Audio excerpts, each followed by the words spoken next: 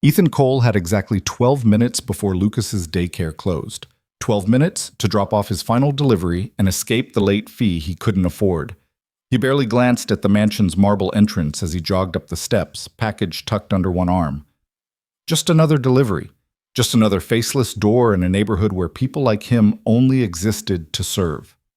Then he stepped into the foyer, and his entire world shattered. Hanging above the fireplace in a gilded frame was a portrait so familiar it knocked the breath from his lungs. The woman smiling down at him was his wife, his dead wife. Before we dive into this incredible story, I'd love to know how far it travels. Drop a comment with your city so I can see where you're watching from. Now, let's begin. The package slipped from Ethan's hands and hit the marble floor with a dull thud that echoed through the cavernous foyer. He didn't notice. His eyes were locked on the portrait, his vision tunneling until nothing existed except that face. Those eyes he'd watched close for the last time 3 years ago. That smile he'd memorized from 1,000 photographs. The slight tilt of her head she always did when she was genuinely happy. "Excuse me." The voice came from somewhere distant, sharp and authoritative. "You can't just walk in here." Ethan's legs moved on autopilot, carrying him closer to the fireplace. The portrait was massive, easily 6 feet tall, professionally painted in oils that captured every detail with heartbreaking accuracy. The woman wore an elegant evening gown he'd never seen, her dark hair swept up in a style she'd never worn around him, but it was her. Every freckle, every curve of her jawline, the exact shade of her hazel eyes. "Sir, I'm speaking to you." Footsteps clicked rapidly across the marble. "Security!" "That's my wife." Ethan's voice came out strangled, barely above a whisper. That's Sarah." A hand gripped his shoulder, trying to turn him away. Ethan shrugged it off without looking, stepping even closer to the portrait. A small brass plate was mounted on the frame's lower edge. He read the engraving 3 times before the words made sense. "Clara Hart, beloved sister, forever." "Missed your wife?" The sharp voice was right beside him now, edged with something between anger and disbelief. "That's not possible. That's my sister." Ethan finally tore his gaze from the portrait to look at the woman beside him. She was tall, probably in her early 40s, dressed in an impeccably tailored black suit that screamed wealth and power. Her dark hair was pulled into a severe bun, her makeup flawless, her posture rigid with the kind of confidence that came from never being told no. But her eyes, they were the same hazel as the woman in the portrait, the same hazel as Sarah's. "I buried her 3 years ago." Ethan's hands were shaking. He pressed them against his thighs, trying to steady himself. "Her name was Sarah Cole. She was my wife. We were married for 4 years before the accident." The woman's face had gone pale beneath her foundation. "That's impossible. Clara disappeared 13 years ago. She was 22. The family hired investigators, but she vanished completely." Her voice cracked slightly on the last word. "No trace, no contact, nothing." "I don't know anything about that." Ethan gestured helplessly at the portrait. "I only know that's my wife's face. Her exact face." "And you're saying her name was Clara Hart?" Her name is Clara Hart." The woman's composure was fracturing, her perfect posture beginning to slouch. "She's not dead. She can't be. We've been searching. I have her death certificate." The words felt like broken glass in Ethan's throat. "I have photographs. I have a 6-year-old son who looks exactly like her. And I have her grave." The woman swayed slightly, one hand reaching out to grip the mantel for support. "A son?" "Lucas." Ethan pulled out his phone with trembling fingers, swiping to his lock screen photo. He just turned 6 last month. The photo showed Lucas grinning at the camera, missing his 2 front teeth, his hazel eyes bright with mischief. The woman stared at it for a long moment, her breath coming in shallow gasps. "He has her eyes," she whispered, "and her smile. Oh God, he has Clara's smile." 2 security guards appeared in the doorway, large men in dark suits with earpieces. The woman held up one hand without looking at them. "It's fine. Leave us."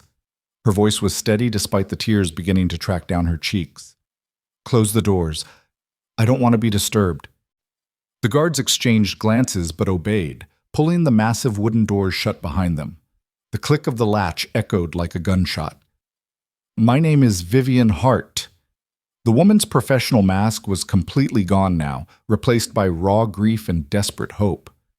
"Clara was my younger sister. Our father is Jonathan Hart. You might have heard of him." Ethan had. Hart Industries was one of the largest tech conglomerates in the country, worth billions. The kind of company that made headlines when their stock ticked up or down a single point. "Sarah never mentioned any family," Ethan said slowly.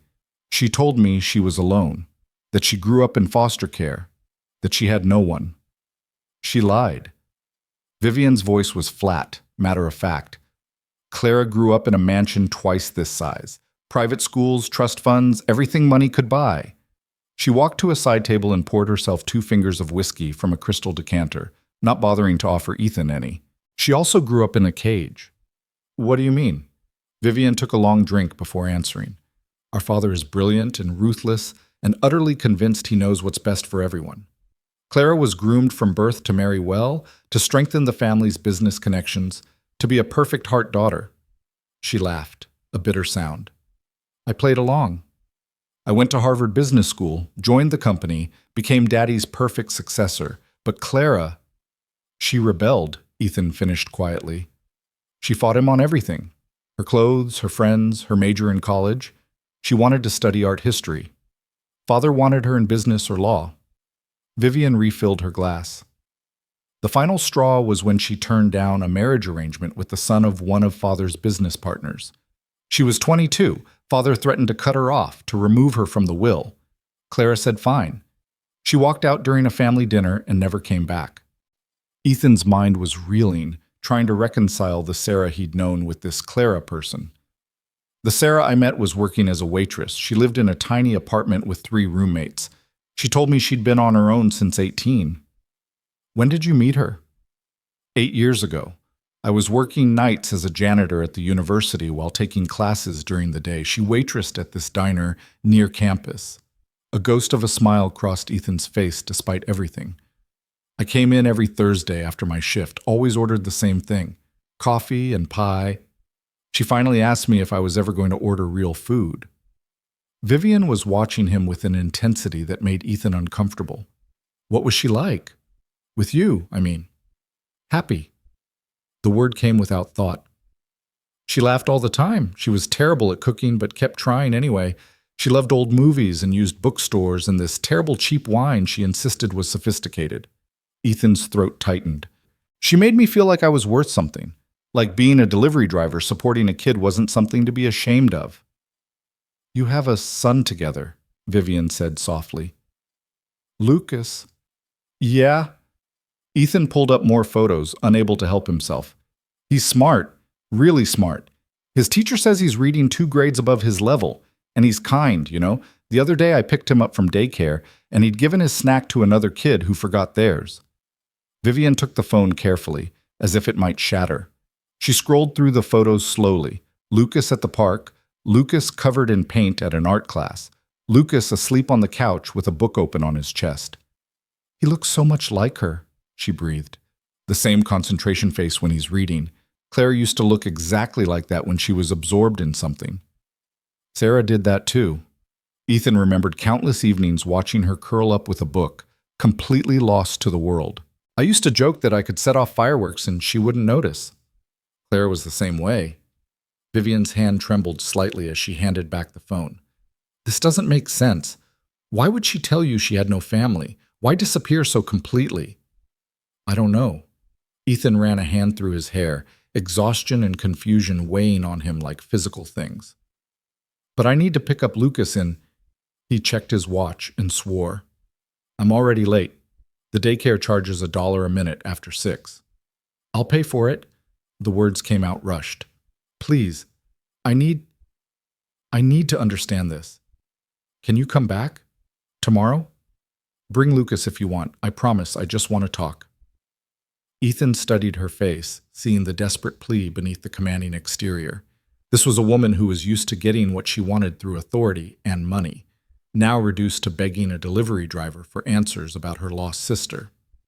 "I need proof," he said finally, "that you're really her sister, that this isn't some kind of mistake or—" He trailed off, not sure what other explanation there could be. "I can show you everything." Vivian was already moving toward a door at the back of the room. "Photo albums, family records, Clara's old room. We kept it exactly the way she left it. But if you need something more concrete, DNA test." The words came out harder than Ethan intended. "Between you and Lucas, if you're really his aunt, it'll show up." Vivian stopped, her back to him. For a long moment she didn't move. Then her shoulders straightened. "Yes? Of course, that's very reasonable. I'm not trying to be an asshole." Ethan picked up his dropped package, its contents probably broken. "But my son's welfare is the only thing that matters. If there's even a chance this is some kind of scam, it's not." Vivian turned, and the naked pain on her face made Ethan take a step back. "I've spent 13 years searching for my sister. 13 years of private investigators and false leads and sleepless nights. Do you have any idea what it's like to lose someone without knowing if they're alive or dead? To wonder every single day if this is the day you'll find them?" "Yeah," Ethan said quietly. "I do. Because I found her, and then I lost her, and I've spent the last 3 years learning how to breathe through it for my son's sake." They stared at each other, two people united by loving the same woman, separated by everything else. "Tomorrow," Vivian said finally. "I'll arrange for a private testing facility, completely confidential. You'll have the results in 48 hours. "Okay." Ethan headed for the door, then paused. "If this is real, if you really are Lucas's aunt, what do you want?" "I don't know." Vivian's voice was barely audible. I just want to know what happened to my sister, why she left, why she never came back." She looked up at the portrait, her expression crumbling. "And I want to know my nephew, if you'll let me." Ethan didn't answer. He couldn't. The possibility of this woman being family, of Lucas having a connection to his mother beyond photographs and stories, was too enormous to process. He left without another word, his mind spinning as he jogged back to his delivery van. The drive to Lucas's daycare passed in a blur. Ethan paid the $47 late fee without complaint, earning a disapproving look from the daycare director that he barely registered. Lucas came running out with his Spider-Man backpack, his face lighting up the way it always did when he saw his dad. "Daddy, guess what we did today?" "What'd you do, buddy?" Ethan helped him into his booster seat, forcing his hands to steady as he buckled the straps. "We made family trees. Miss Sarah said we should draw everyone who loves us. I drew you and Grandma and Grandpa and Mommy in heaven and Mr. Jenkins next door who gives me cookies." Lucas held up his artwork proudly, a stick figure tree with various people drawn in the branches. "Miss Sarah said family isn't just blood, it's people who care about you." Ethan stared at the drawing, his throat tight. "That's beautiful, Lucas. Really beautiful. Can we get McDonald's for dinner, please?" Yeah, we can do that." They drove through the golden arches, Lucas chattering about his day while Ethan's mind kept returning to that portrait, to Vivian's haunted eyes, to the impossible possibility that Sarah had been someone else entirely. That night, after Lucas was in bed, Ethan pulled out the box he kept in the back of his closet. Sarah's box. He'd been through it 100 times, but he looked through everything again with new eyes. Her driver's license said Sarah Marie Cole, showed an address in Portland before she'd met him. But Ethan had never thought to verify it, never had any reason to doubt her. Why would he? Their marriage certificate, her death certificate from the accident, a drunk driver running a red light. She'd died instantly, the police said. At least she hadn't suffered. The hospital bills that had bankrupted him, even with insurance. Lucas's birth certificate, listing Sarah Marie Cole as his mother. But there were no photos of her before they'd met. No yearbooks, no childhood pictures, no mementos from before Portland. At the time, Ethan had accepted her explanation that she'd left everything behind when she aged out of foster care, wanted a fresh start. Now he wondered what else he'd accepted without question. He found her journal in the bottom of the box, the leather-bound book she'd kept tucked in her nightstand. Ethan had read it once, right after she died, torturing himself with her final entries. He'd put it away and never looked at it again, the pain too fresh. Now he opened it to a random page, hands shaking. January 15th. Ethan asked about my family again today. I hate lying to him. Lying too. I hate that every story about my childhood is fabricated, that every answer is carefully constructed to hide the truth. But how do I tell him that I'm not the person he thinks I am? That the woman he loves is a ghost, a construct, someone I created to escape? He wouldn't understand. He'd think I was using him, or crazy, or worse.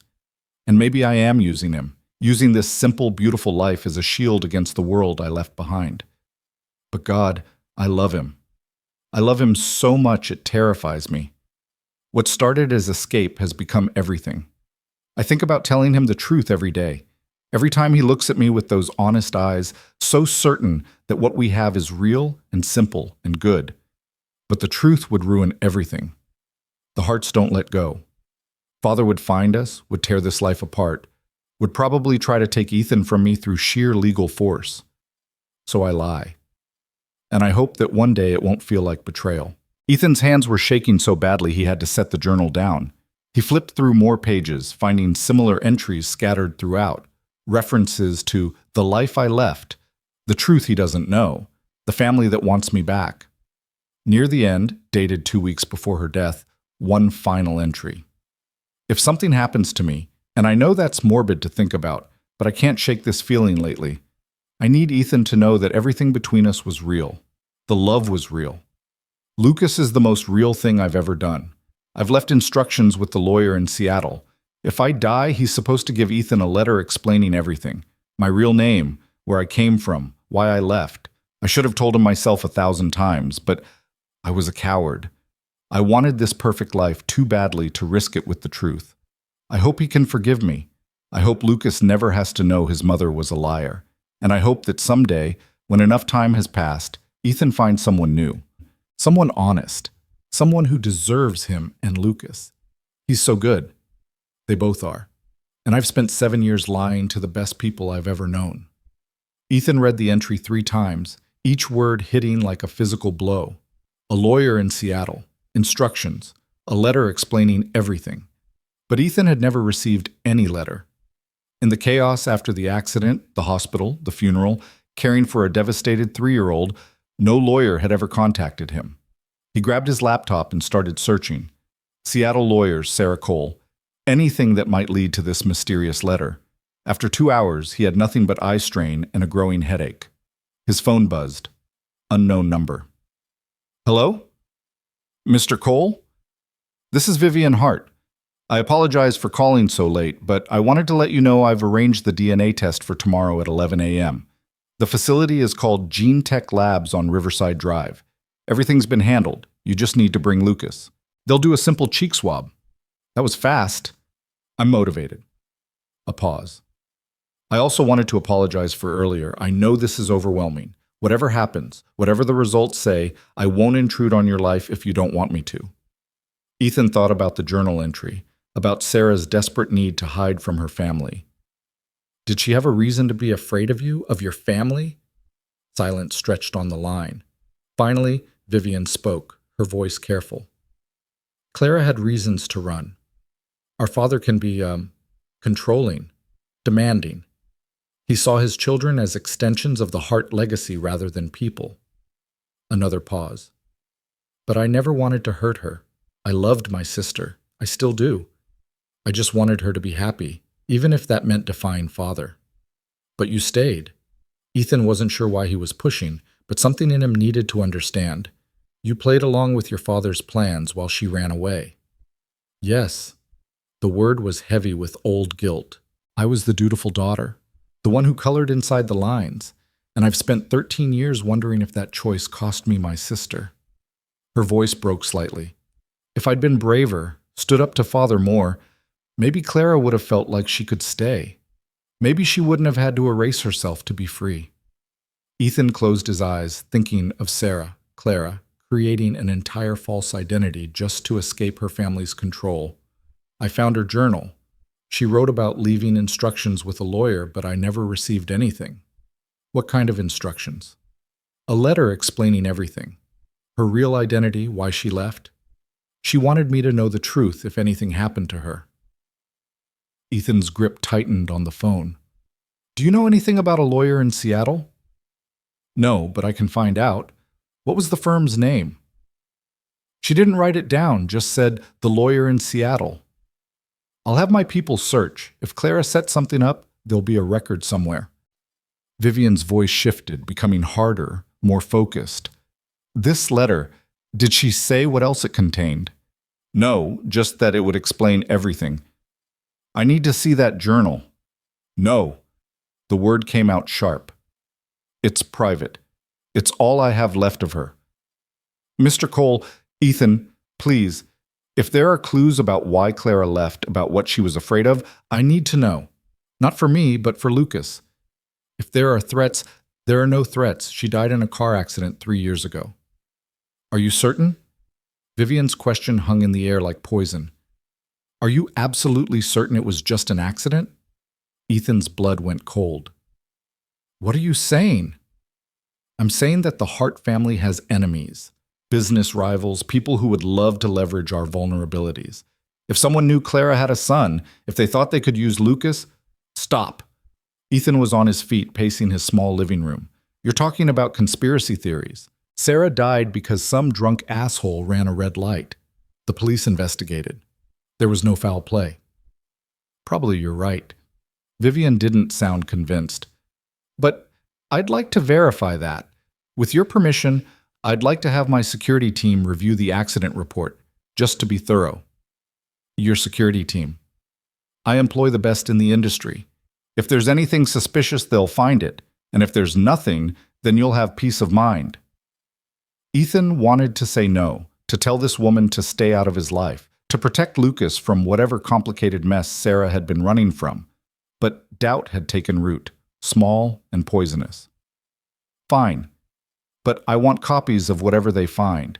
And if you try to use any of this to take Lucas, I would never. Vivian's voice was fierce. He's my sister's son. I want to protect him, not hurt him.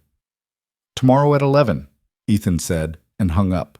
He spent the rest of the night staring at Sarah's journal, reading and rereading her entries, trying to find the woman he'd married in these confessions of lies and fear. The Sarah he'd known had been open, warm, present. This Clara person seemed haunted, always looking over her shoulder. Which version had been real? The next morning, Ethan called in sick to work and took Lucas to the testing facility. GeneTech Labs was in a nondescript office building, the kind of place that could house anything from accountants to dentists. Vivian was already there, dressed in another perfect suit, her hair immaculate despite the early hour. Lucas, Ethan said, kneeling to his son's level, this is Miss Vivian. She might be your aunt, your mommy's sister. We're doing a test to find out for sure. Lucas studied Vivian with the solemn curiosity of a 6-year-old. You look like Mommy, in the pictures. Vivian's composure cracked. She blinked rapidly, fighting tears. Do I? Yeah, you have the same eyes. Daddy says I have Mommy's eyes, too. You do. Vivian knelt down as well, making herself Lucas's height. They're beautiful. The test took 15 minutes. A cheerful technician swabbed Lucas's cheek while explaining she was collecting cells that tell us about your family tree, then did the same for Vivian. The whole thing was painless and quick, and Lucas got a lollipop afterward. Results in 48 hours, the technician promised. We'll email them to both addresses you provided. Outside, Vivian hesitated. Would it be all right if I bought Lucas breakfast? There's a good diner a few blocks from here. Ethan's instinct was to refuse, to get Lucas away from this woman and the complicated history she represented. But Lucas was looking up at Vivian with curiosity and something that might have been hope, and Ethan couldn't bring himself to say no. Okay, just breakfast. The diner was exactly the kind of place Sarah would have loved. Vinyl booths, laminated menus, a pie case by the register. Lucas ordered chocolate chip pancakes and orange juice. Vivian ordered coffee and nothing else, too nervous to eat. So you're really my maybe aunt? Lucas asked around a mouthful of pancake. Lucas, don't talk with your mouth full, Ethan said automatically. Lucas swallowed. Sorry, but are you? I might be. Vivian's hands wrapped around her coffee cup like she needed the warmth. I had a sister named Clara who looked exactly like your mommy. She went away a long time ago, and I've been trying to find her. Mommy's in heaven, Lucas said matter-of-factly. She died when I was 3. I don't remember her much, but Daddy shows me pictures and tells me stories. What kind of stories? Lucas launched into his favorite tale, about the time Sarah had tried to make spaghetti and somehow set off the smoke alarm, and they'd had to evacuate the apartment building, and she'd been so embarrassed she'd bought pizza for all the neighbors to apologize. Vivian listened with rapt attention, laughing in all the right places. Her eyes bright with tears, she kept blinking back. She sounds wonderful, Vivian said when Lucas finished. Terrible at cooking, but wonderful. She was. Ethan heard his own voice go rough. She really was. Vivian pulled out her phone, hesitating before turning it toward Lucas. Can I show you something? The screen displayed a photo of 2 young girls, maybe 8 and 6, dressed in matching white dresses. They were standing in front of a massive Christmas tree, both grinning at the camera. The younger girl had her arm around the older one's waist. That's me and Clara, Vivian said softly. This was taken about 30 years ago. Lucas studied the photo carefully. The little one looks like Mommy. She was Mommy, Ethan said, his chest tight, because there was no denying it now. Same smile, same eyes, same way of tilting her head just slightly. At least, she might have been. I have more pictures, Vivian said, at my house. Albums full of them. If you want to see... Yes! Lucas bounced in his seat. Can we go see, Daddy, please? Ethan wanted to say no. Wanted to take Lucas home, back to their small, safe life where the past stayed buried and complications didn't exist. But he looked at his son's eager face and knew he couldn't deny him this. The chance to see his mother as a child, to understand where half of him came from. Okay, he said quietly. But just for a little while. Vivian's mansion looked even more imposing in daylight. Lucas's eyes went wide as they drove through the gates and up the long driveway. You live here? By yourself? I do now. I do. Vivian led them inside, through the marble foyer where Ethan had first seen the portrait. In the daylight, it was even more striking, more real. I used to live with my parents, but they both passed away. Father had a heart attack 5 years ago. Mother died 2 years later. I'm sorry, Ethan said automatically. Don't be. We weren't close. Vivian's voice was matter-of-fact. Father died still angry that Clara had defied him. Mother died still hoping she'd come home. She paused, her hand on a doorframe. I'm the only one left now. Or I was, until yesterday. She led them to a sitting room lined with bookshelves. Several leather-bound albums sat on a coffee table, clearly prepared in advance. Vivian sat down and opened the first one, Lucas immediately climbing up beside her.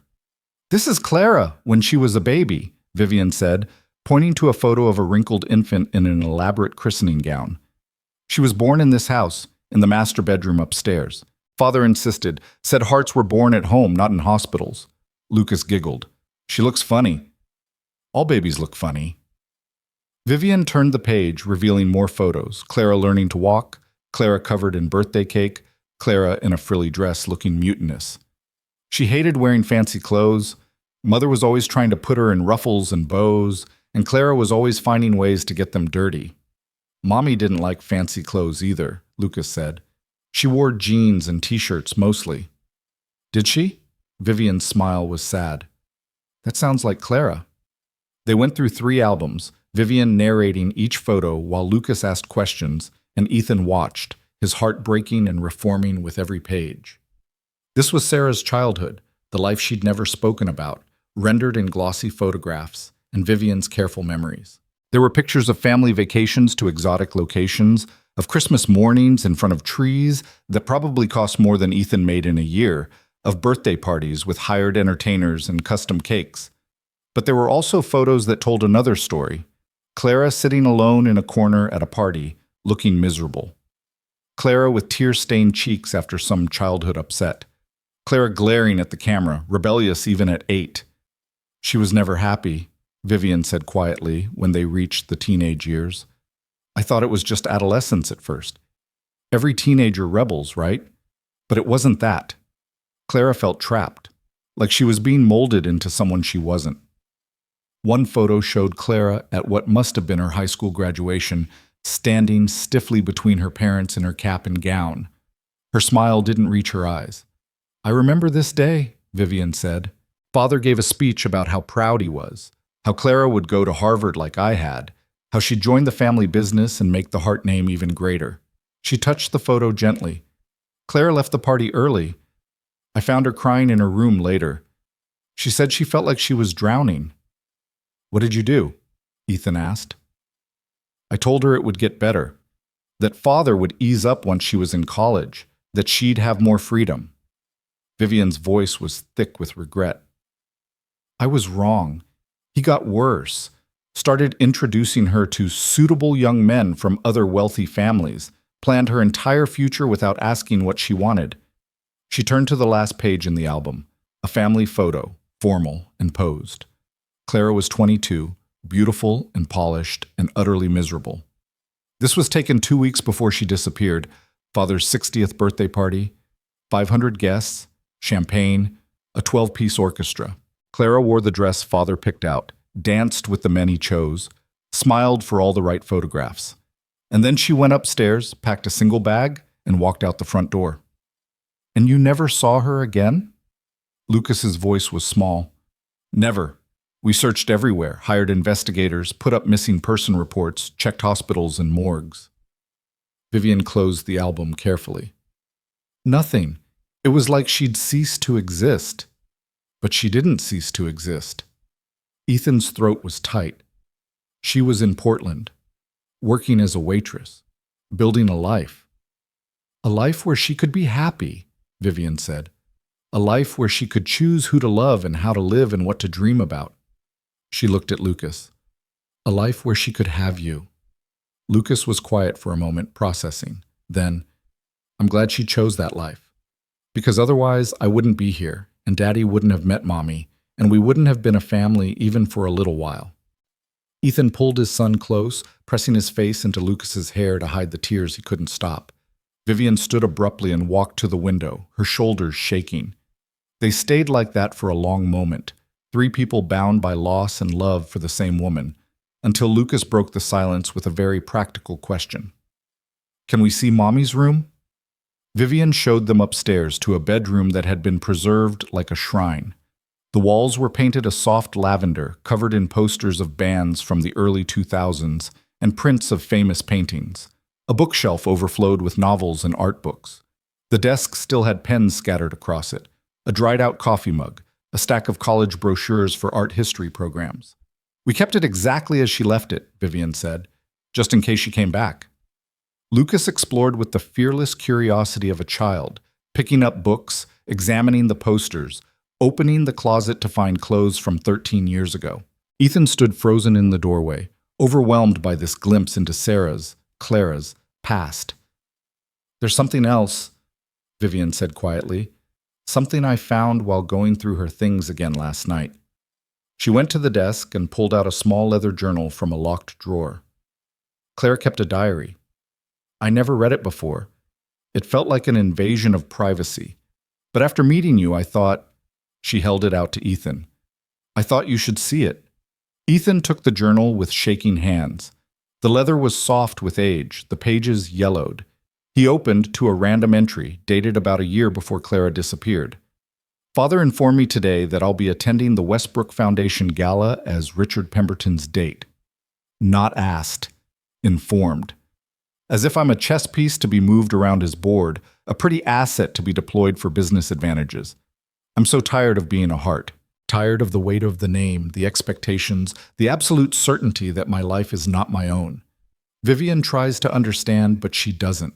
She thrives in this world. She likes the power, the influence, the way doors open when she walks into a room. I just want to be nobody. A regular person with a regular life, making regular choices about regular things. Is that so impossible? Ethan flipped through more entries, each one painting a picture of a woman desperately trying to escape. Then, near the end, the tone shifted. "I've made my decision. I'm leaving." Not in anger this time, not as a tantrum or a statement, I'm leaving for good. I've been planning for months. I have money saved, cash that father can't trace. I have a new identity prepared, documents that will let me start over. I'm going somewhere he'll never think to look, somewhere far from the hard empire. I'm scared, terrified actually, but I'd rather be terrified and free than safe and suffocating. I wish I could tell Vivian. She'd be hurt that I didn't say goodbye, that I'm leaving her alone to deal with father. But if I tell her, she'll try to talk me out of it. Or worse, father will use her to find me. This has to be a clean break. If I'm lucky, I'll build a real life. Meet real people who see me, not the heart name. Maybe even fall in love. Real love. Not the arranged kind father's been pushing. If I'm unlucky, I'll fail and have to come crawling back. But at least I'll have tried. This is the last entry I'll make in this journal. Clara Hart ends here. Tomorrow, I become someone new. The rest of the pages were blank. She was so brave, Vivian said quietly. Walking away from everything like that. She was running, Ethan corrected, his voice rough. Running from a life she couldn't bear. And she found you. Vivian's eyes were wet. She found you and Lucas and happiness and everything she'd been searching for.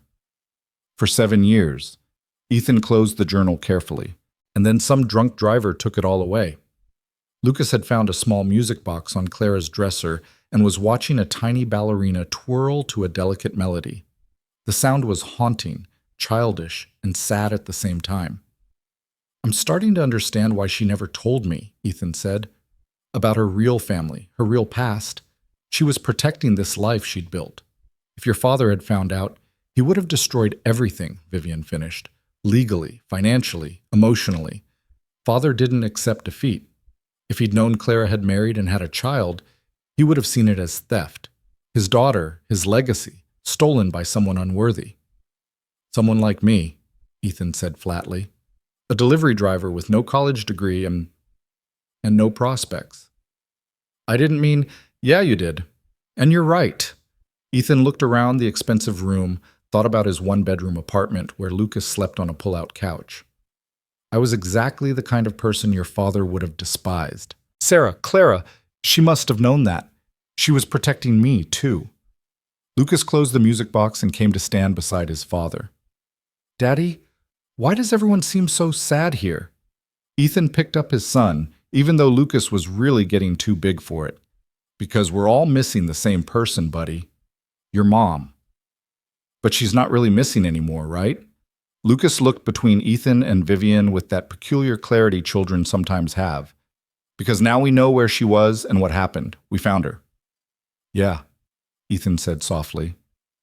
I guess we did. His phone buzzed in his pocket, a text from an unknown number. Ethan pulled it out one-handed, Lucas still in his arms. The message was simple. Gene Tech Labs. Your results are ready early. Please contact us to retrieve them. Ethan showed the text to Vivian. Her face went pale. Already? They said 48 hours. Apparently not. Ethan's heart was pounding. Do you want to go get them together? Vivian looked at him for a long moment, and Ethan saw real fear in her eyes. Fear that the results would be negative, that this connection to her lost sister would evaporate, but also fear that they'd be positive, that everything was about to change in ways neither of them could control. Yes, she said finally. Together. They drove separately to Gene Tech Labs, Lucas chattering in the backseat of Ethan's van about the big house and all the pictures and how nice maybe Aunt Vivian seemed. Ethan's hands gripped the steering wheel too tightly, his mind spinning through possibilities. The technician who greeted them was the same cheerful woman from before, but her expression was more serious now. She led them to a private office and handed each of them a sealed envelope. The results are conclusive, she said. I'll leave you to review them in private. After she left, Ethan and Vivian sat across from each other at a small conference table, the envelopes between them like unexploded bombs. You open it, Vivian whispered. I can't. Ethan's hands shook as he tore open the envelope, pulled out the single sheet of paper, and read the words that would change everything. Probability of relationship, 99.9%. Vivian Hart Warshon and Lucas Cole share sufficient genetic markers to confirm an avuncular relationship. Vivian Hart is the biological aunt of Lucas Cole with greater than 99% certainty. The paper slipped from Ethan's fingers. She was telling the truth, he heard himself say from very far away. Sarah was really Clara, your sister. Lucas's... He couldn't finish the sentence. Vivian grabbed the paper with shaking hands, reading and rereading the results. A sound escaped her that was half laugh, half sob. I have a nephew, she said, her voice breaking. Clara had a son, and I have a nephew. She looked up at Ethan, tears streaming down her face, and for the first time since this began, she looked genuinely, completely happy, and terrified, and heartbroken. All at once. Lucas, who had been playing a game on Ethan's phone, looked up at the crying adults with concern. Did something bad happen? Nobody. Ethan pulled Lucas onto his lap, holding him tightly. Something complicated happened, but not bad. Miss Vivian is definitely my aunt? Yeah. Ethan's voice was hoarse. She's definitely your aunt. Cool. Lucas grinned at Vivian. Does this mean I can come see the big house again? And look at more pictures of Mommy when she was little? Vivian pressed both hands to her mouth, nodding frantically, unable to speak through her tears. And just like that, their lives changed. The truth was out, confirmed by science, undeniable and permanent. Sarah Cole had been Clara Hart. Lucas Cole was the nephew of a billionaire. And Ethan's small, carefully protected life had just become infinitely more complicated. The drive back to Ethan's apartment felt surreal, like moving through water. Lucas had fallen asleep in his booster seat, the DNA results clutched in Ethan's jacket pocket like a ticking bomb. His phone had been buzzing non-stop. 3 calls from Vivian, 2 text messages he hadn't opened, and a voicemail he wasn't ready to listen to. He carried Lucas inside, grateful his son was light enough to manage the 3 flights of stairs without waking him. The apartment felt smaller than usual, shabbier. The peeling paint and worn carpet suddenly glaring in contrast to Vivian's marble mansion. Ethan laid Lucas on the pull-out couch, pulled the blanket up to his chin, and stood there watching his son sleep, trying to process what had just happened. His wife had been someone else. Someone rich, someone powerful, someone who'd literally erased herself to escape. And now her sister, Lucas's aunt, was back in their lives with all the money and influence Sarah had run from. Ethan's phone buzzed again. This time he answered. I'm sorry for calling so much. Vivian's voice was steadier than it had been at the lab, but still fragile around the edges. I need to know what happens next, please. I don't know what happens next. Ethan moved to the kitchen, putting distance between himself and Lucas's sleeping form. This is all happening too fast. I understand. I do. But Ethan, Lucas is my nephew, my sister's son, the only family I have left. A pause, then quieter. Can I see him again? Soon? Every instinct in Ethan screamed to say no, to protect Lucas from the complications this woman represented. But he heard the desperation in her voice, recognized it because he'd felt it himself every time he looked at Lucas and saw Sarah's eyes staring back. Saturday, he said finally. You can come over Saturday afternoon, not to the mansion, here. I want Lucas on home turf. Of course, whatever you're comfortable with. Relief flooded through the phone line. Thank you. Ethan, thank you. Don't thank me yet. We need to set some ground rules. Anything. Lucas comes first, always. If this gets too complicated or confusing for him, we stop. I don't care about DNA or family connections. His well-being is the only thing that matters. Agreed, completely. And you don't tell him about the money, about who his mother really was, about the Hart family empire. None of it. Not yet. He's 6. He doesn't need to know his mother was a billionaire heiress who faked her own identity. Vivian was quiet for a moment. For how long? I don't know, until I figure out how to explain it without making his mother sound like a liar. She wasn't a liar.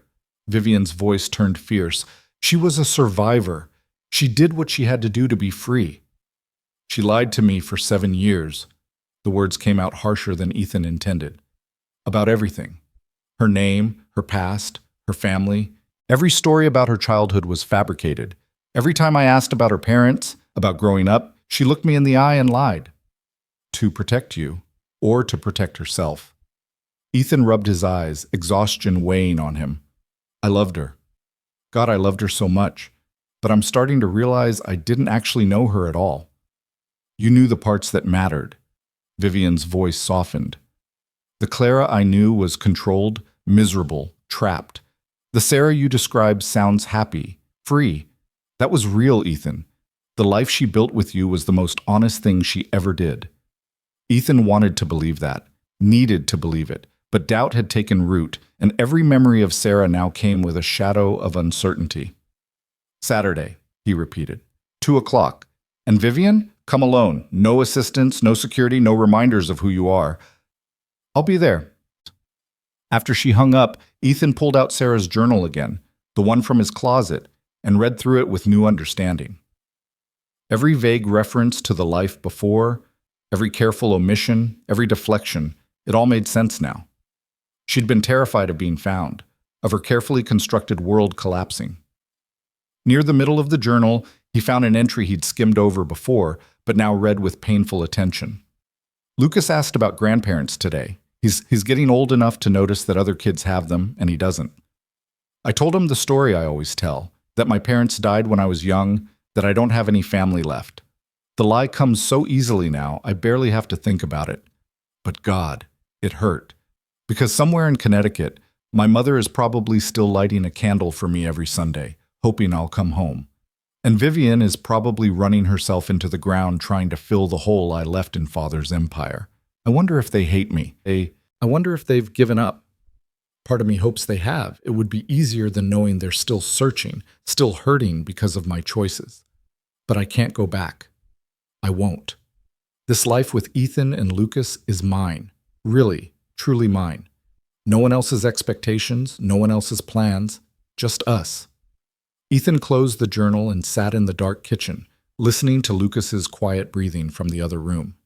Sarah had chosen this life, chosen him, chosen their simple existence over billions of dollars and power. That should have felt like a compliment, like proof of love. Instead, it felt like evidence of how desperate she'd been to escape. His phone lit up with a text from an unknown number. Against his better judgment, he opened it. The message was from Vivian. I found something, Claire's lawyer in Seattle. His name is Richard Chen. He still has her file. Can I give him your number? Ethan's heart started pounding. The letter. Sarah's explanation of everything, sitting in some lawyer's office for 3 years. He texted back. Yes. Tell him to call me tomorrow. The response came immediately. He'll call at 9 a.m. And Ethan? Whatever the letter says, whatever Clara wrote, she loved you. I can tell from how you talk about her, how you've raised Lucas. She loved you. Ethan didn't respond. He sat in the dark until exhaustion finally pulled him to bed, where he dreamed of Sarah wearing elegant gowns and running through marble hallways, always just out of reach. The next morning, Lucas woke up full of questions about Aunt Vivian and the big house and when they could go back. Ethan made pancakes, badly, because he'd never gotten the hang of cooking, and tried to answer without revealing too much. So Mommy was Aunt Vivian's sister? Lucas doused his pancakes in syrup. But Mommy said she didn't have a sister. Mommy was complicated. Sometimes grown-ups keep secrets for reasons that make sense to them, even if those reasons are hard for other people to understand. Like when I hid the broken vase and said the cat did it. Not exactly like that, buddy. But Mommy didn't tell the truth about having a sister. That's like hiding something, right? Ethan sighed. 6-year-olds were too perceptive for their own good. Yeah, it's like hiding something, but Mommy had good reasons. She was trying to protect us. From what? From people who might have tried to change our family, to make us be something we're not. Lucas considered this while chewing his pancakes. Like when Tommy's parents got divorced and his dad wanted him to live in California, but Tommy wanted to stay here with his friends? Kind of like that. Your mom wanted to make sure we could all stay together and be happy. Oh. Lucas seemed satisfied with this explanation. Can Aunt Vivian come to my soccer game on Saturday? She's coming over Saturday afternoon, remember? After your game. But what if she wants to see me play soccer? I'm really good, Daddy. Coach says I have natural talent. I'll ask her. Ethan's phone rang, the screen showing a Seattle area code. His stomach dropped. "Hey, buddy, can you go brush your teeth? I need to take this call." Lucas scampered off, still chattering about soccer. Ethan waited until he heard the bathroom door close before answering. "Mr. Cole? This is Richard Chen. I'm calling about Sarah Cole. Or rather, Clara Hart. Vivian Hart contacted me last night and explained the situation. You have a letter for me." Ethan's voice came out flat. "From before Sarah died." "I do. Clara came to me about 4 years ago and set up what we call a dead man switch arrangement. In the event of her death, I was to send certain documents to you." Chen paused. "The problem is I never received notification that she died. No death certificate was filed under the name Clara Hart, and I had no way of knowing she was using the name Sarah Cole." "So the letter's just been sitting there for 3 years?" "Yes." "I'm deeply sorry, Mr. Cole. If I'd known..." "What's in it?" "I haven't read it. Attorney-client privilege.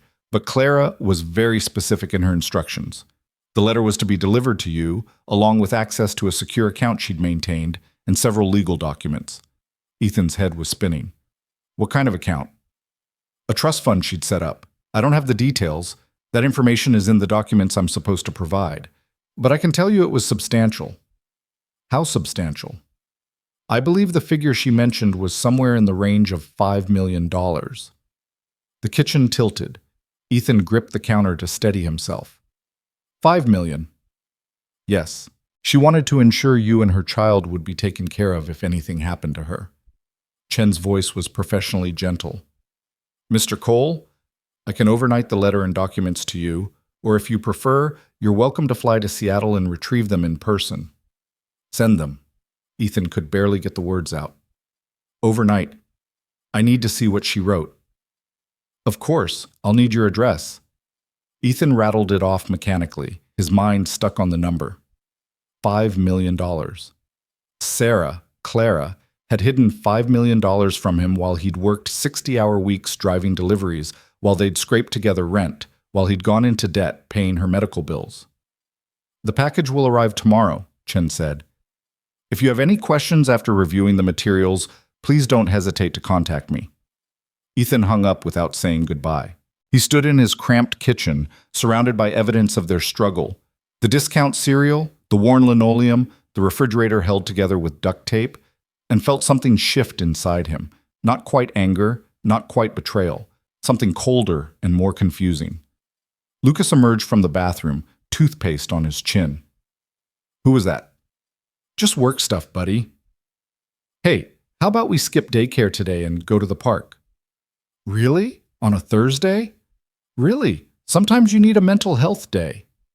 They spent the morning at the park, Lucas burning energy on the playground while Ethan sat on a bench and tried not to think about hidden millions and dead wives with secret identities.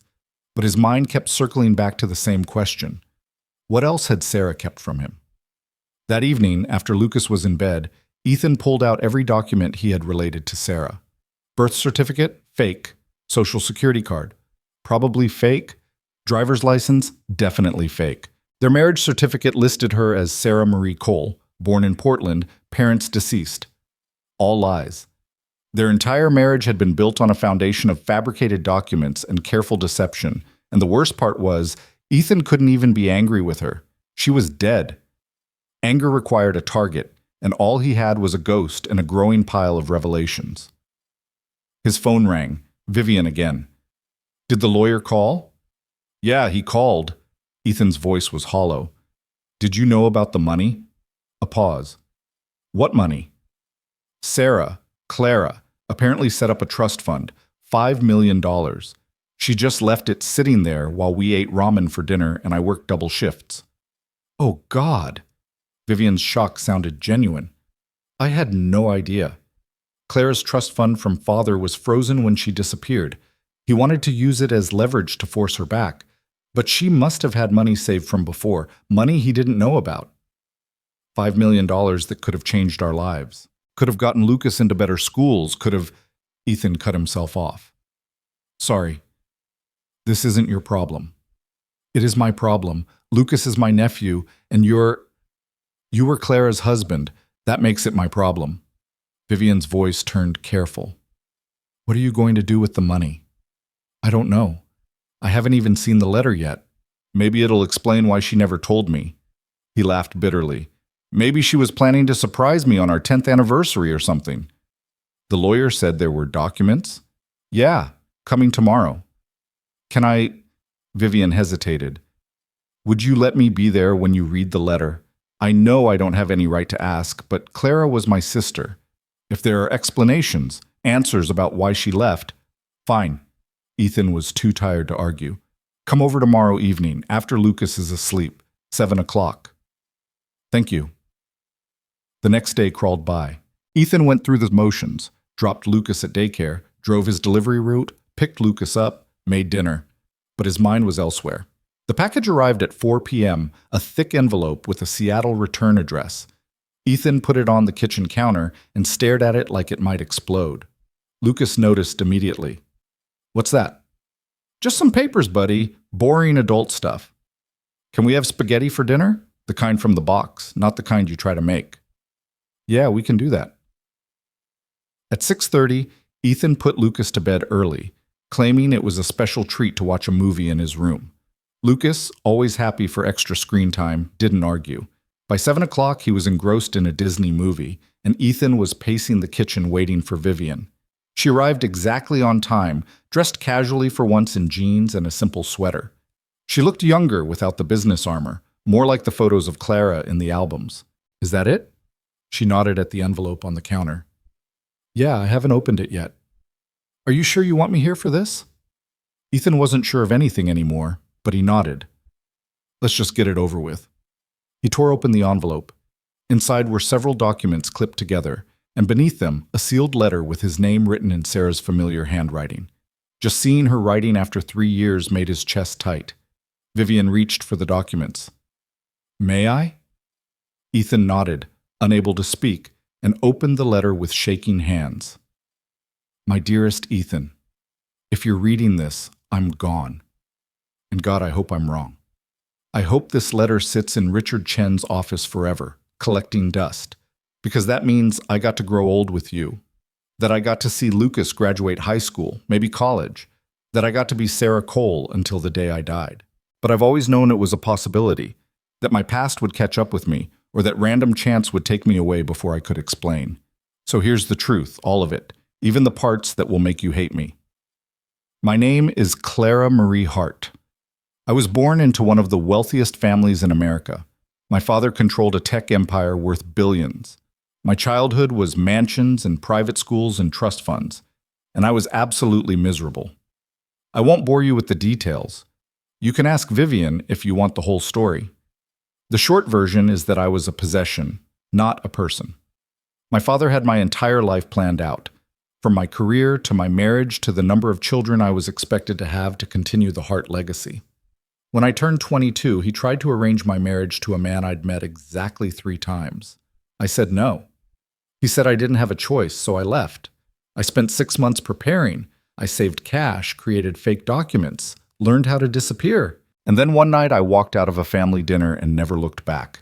I became Sarah Cole, got a job waitressing, rented a room in a terrible apartment, and for the first time in my life, I was free. Then I met you. I should have told you the truth.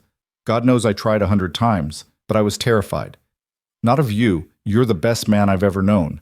I was terrified of losing what we had. Because if my father found out where I was, who I'd married, he would have destroyed us. Not physically, but legally, financially. He would have buried you in lawsuits, dug up every piece of your past, made your life hell just to punish me for defying him. So I lied. I lied about my name, my past, my family. I let you think I was nobody from nowhere. And I'm so sorry. But here's what wasn't a lie. I loved you. From that first Thursday when you ordered coffee and pie with such careful politeness, like you were afraid of taking up too much space in the world. I loved how you worked 2 jobs to put yourself through school. I loved how you talked about wanting to be better, do better, build a life that mattered. I loved that you saw me, just Sarah, just a woman who burned pasta and liked old movies, and thought that was enough. You never needed me to be more impressive or more polished or more anything. You just needed me. Every moment we spent together was the most real thing I've ever experienced. Our wedding in that tiny courthouse, The apartment we could barely afford, finding out I was pregnant and crying with happiness in our bathroom, bringing Lucas home from the hospital and being terrified we'd break him. That was my real life, the only one that ever mattered. I set up the trust fund because I knew there was a chance something could happen to me. Car accident, random illness, who knows? And I couldn't stand the thought of you struggling, of Lucas going without, because I'd been selfish enough to hide my past. $5 million is yours now. It's not even a fraction of what the Hart family is worth, but it's enough to give Lucas every opportunity. Good schools, college without debt, a life where he doesn't have to work himself to exhaustion like you did. I've also included legal documents giving you full control over Lucas's inheritance from the Hart family. When my father dies, and he will eventually, Lucas is entitled to a portion of the estate as my direct descendant. Vivian will fight to make sure he gets it. She always tried to protect me, even when I pushed her away. Which brings me to my sister. Vivian and I were never close growing up. She was the golden child, and I was the rebel.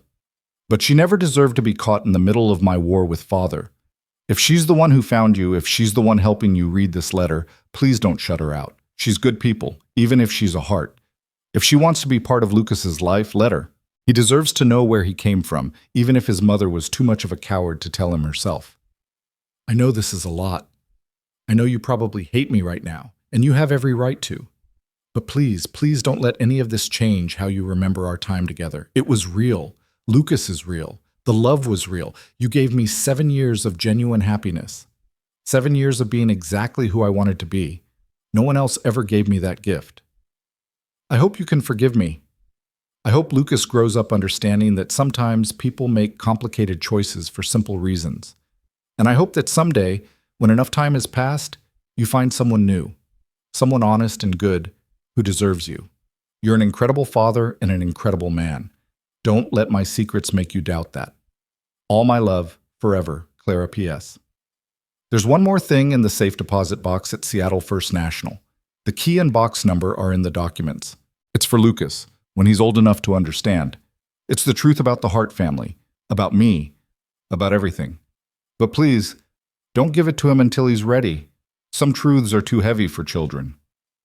Ethan read the letter 3 times, tears streaming down his face. Across the table, Vivian was crying too, having read over his shoulder. She really loved you, Vivian whispered. The Clara I knew was never that vulnerable with anyone. She left a whole other set of documents. Ethan's voice was hoarse. For Lucas. For when he's older. That sounds like Clara. Always planning ahead. Vivian wiped her eyes. What are you going to do with the money? I don't know. Put it in trust for Lucas, probably. Use some for better schools. He looked at the documents, bank information, legal papers, the key to a safe deposit box. This doesn't change anything. She's still gone. The money doesn't bring her back. No, but it means she was thinking about you until the end, trying to take care of you even after she was gone. They sat in silence for a while, the weight of Clara's words settling over them like snow. Finally, Vivian spoke. The document she mentioned, Lucas's inheritance from the Hart estate. Our father died 5 years ago. Lucas is entitled to a significant portion. How significant? Tens of millions, maybe more, depending on how the company's valued. Vivian met his eyes. I've been holding it in trust, waiting to find Clara's heir. Now I have. Ethan's head spun. I don't want it. It's not about what you want. It's Lucas's birthright. Clara wanted him to have it. Lucas is 6. He doesn't need tens of millions of dollars. He needs stability and love and a normal childhood. He can have both. Vivian leaned forward. Ethan, I'm not trying to take over your life or turn Lucas into some trophy heir, but this money could give him opportunities. I don't want him corrupted by it. I don't want him growing up thinking money solves everything, that he's special because he was born into wealth. Is that what you think of me? Vivian's voice turned sharp. That I'm corrupted? That the money makes me less of a person? I think it made your sister run away and fake her own death to escape. The words came out harsher than Ethan intended. I think it turned your father into someone who saw his own daughter as a chess piece. And I think Lucas is better off without any of it. Vivian stood abruptly. You're making decisions based on fear. Clara ran from our father's control, not from money itself. There's a difference. Is there? Because from where I'm sitting, your whole family seems pretty messed up by wealth and power. And from where I'm sitting, you're letting pride stop you from accepting help that could change your son's life. Vivian's composure was cracking. Do you have any idea how hard it is to raise a child alone? I'm offering you resources, support, family. I've been doing fine on my own. Have you? Vivian gestured around the small apartment. Working yourself to exhaustion for rent you can barely afford? Worried about daycare fees? This doesn't have to be so hard, Ethan. Let me help. I don't need your help. But Lucas might. The words hung in the air between them. Clara wrote that letter 4 years ago before she died. She wanted you to use that money for Lucas. Are you really going to ignore her last wishes because you're too stubborn to accept help from a heart? Ethan wanted to argue, but she was right. This wasn't about him. It was about Lucas. About giving his son every advantage, every opportunity, the kind of opportunities Ethan had never had. I need time, he said finally, to process all of this. The letter, the money, everything. Of course. Vivian's voice softened. I'm sorry. I shouldn't have pushed. No, you're right. I am being stubborn. Ethan rubbed his face. This is just a lot. I know. Vivian gathered her purse. I should go, but Ethan, I'm still coming Saturday to see Lucas, if that's still okay. Yeah, Saturday, 2 o'clock. After she left, Ethan sat alone with Clara's letter, reading it again and again until he had it memorized. She'd loved him. Despite the lies, despite the deception, she genuinely loved him. That should have been enough. But doubt gnawed at him. Had she loved him, or had she loved the escape he represented? Had Sarah Cole been real, or just another carefully constructed identity, as fake as the documents in Richard Chen's office? He didn't have answers. All he had was a 6-year-old son sleeping in the next room, $5 million he hadn't asked for, and a dead wife who'd turned out to be someone completely different from who he'd thought. Ethan folded the letter carefully and put it back in the envelope. Tomorrow he'd figure out what to do with the money, how to explain any of this to Lucas, how to navigate a relationship with Vivian Hart. Tomorrow he'd be strong and responsible and figure everything out. Tonight, he just let himself grieve. Not for Sarah Cole, who'd never really existed, but for Clara Hart, who'd been so desperate to escape that she'd erased herself. And for the 7 years of happiness she'd managed to steal before fate caught up with her. Saturday arrived with the kind of crisp autumn weather that made everything feel possible. Lucas was up before dawn, bouncing around the apartment in his soccer uniform, too excited about both his game and Aunt Vivian's visit to sit still for breakfast.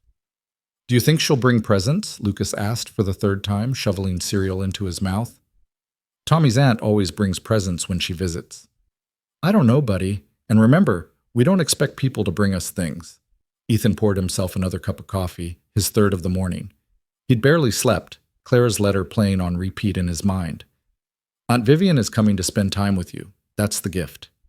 But maybe she'll bring something small, like a toy or a book. Maybe, we'll see. The soccer game was at 9, giving Ethan plenty of time to overthink Vivian's afternoon visit. He'd spent the previous evening cleaning the apartment with an intensity that bordered on obsessive, scrubbing the bathroom tile, organizing the kitchen cabinets, trying to make their small space look less shabby. It was futile. You couldn't polish poverty, but he'd tried anyway. At the soccer field, Lucas ran off to join his team while Ethan found a spot on the bleachers next to the other parents. Most of them he recognized by sight, but didn't really know. Working 60 hours a week didn't leave much time for playground friendships and coffee meetups. Your boy's got a good foot on him, the man next to Ethan commented as Lucas received a pass and sent it sailing toward the goal. You played soccer growing up? Basketball, actually. His mom was the soccer player. The lie came automatically. Then Ethan caught himself. Sarah hadn't played soccer, but maybe Clara had. He didn't even know anymore. The game passed in a blur of running children and shouted encouragement. Lucas's team won 3-2, with Lucas scoring the final goal. He came running off the field, sweaty and grinning, throwing himself into Ethan's arms. Did you see, Daddy? Did you see my goal? I saw, buddy. You were amazing. Can we get ice cream to celebrate? After Aunt Vivian leaves, okay? We need to go home and get ready for her visit. Lucas's face fell slightly. Does she not like ice cream? I'm sure she does. But she's coming to see you, not go out for treats. Back at the apartment, Ethan managed to get Lucas through a shower and into clean clothes before the doorbell rang at precisely 2 o'clock. Vivian stood in the hallway holding a wrapped box and looking nervous, her designer jeans and cashmere sweater somehow still managing to look expensive despite the casual styling. "I know you said no gifts," she said quickly, before Ethan could speak, "but I saw this and thought Lucas might like it. If it's inappropriate, I can take it back." Lucas was already at the door, eyes wide at the box. "Is that for me? If your dad says it's okay," Vivian looked at Ethan uncertainly. Ethan wanted to refuse on principle, to prove he couldn't be bought with expensive presents. But Lucas was looking at him with such hope that he couldn't bring himself to be the bad guy. "One gift is fine. Thank you." Lucas tore into the wrapping paper with 6-year-old enthusiasm, revealing a large illustrated book about space and astronomy. He opened it carefully, eyes growing wider as he turned the pages. "Look, Daddy, there's pictures of all the planets and black holes, and this one shows what stars look like when they're born." He looked up at Vivian. "How did you know I like space?" "You mentioned it when we had breakfast at the diner." Vivian smiled, looking genuinely pleased. "You said your favorite planet was Saturn because of the rings." "You remembered." Lucas clutched the book to his chest. "Can we read it together?" "I'd love that." They settled on the couch, Lucas wedged between Ethan and Vivian, the astronomy book spread across their laps. Vivian read in a clear, expressive voice, stopping whenever Lucas had questions and never talking down to him. Ethan watched them together, seeing the physical resemblance now that he knew to look for it. The same hazel eyes, the same way their faces lit up when they were excited about something. "Mommy liked space too," Lucas said suddenly, pointing to a nebula on the page. "She used to take me outside at night and show me constellations. She said they were like stories written in stars." Vivian's voice caught. "Did she? What constellations did she show you?" "Orion. That's the Hunter. And the Big Dipper, which isn't really a constellation, it's an asterism." Lucas pronounced the word carefully, proud of knowing it. "And Cassiopeia, which looks like a W. Mommy said Cassiopeia was a queen who was so beautiful she made the gods jealous." "I taught her that story," Vivian said softly. "When we were little, Clara and I used to sneak up to the roof of our house and look at stars. Our father hated it, said it was dangerous and unladylike. But Clara loved it anyway." "Did you look at Cassiopeia together?" "All the time. It was our favorite." Vivian's eyes were bright with unshed tears. "Your mommy remembered." They read for another hour, Lucas asking endless questions about planets and gravity and whether aliens might exist. Vivian answered what she could and admitted when she didn't know, which Lucas seemed to appreciate more than having all the answers. "You're smart," Lucas announced. "Like Daddy. He knows lots of stuff too." "Your daddy is very smart," Vivian agreed, glancing at Ethan. "And you're lucky to have him." "I know. Daddy takes good care of me." Lucas yawned, the excitement of the day catching up with him. "Even when he's tired from work, he still reads me stories and makes breakfast and comes to all my soccer games." Ethan's throat tightened. "That's what dads do, buddy." "Not all dads. Tommy's dad missed his birthday because he had to work. And Sarah M's dad doesn't live with her anymore." Lucas leaned against Vivian's shoulder, his eyes drooping. "I'm glad my dad is the good kind." "Me too," Vivian whispered. Within minutes, Lucas had dozed off, the astronomy book sliding from his lap. Ethan carefully extracted him from between them and carried him to the pull-out couch, tucking the blanket around his shoulders. When he came back to the living room, Vivian was standing by the window, looking out at the parking lot below.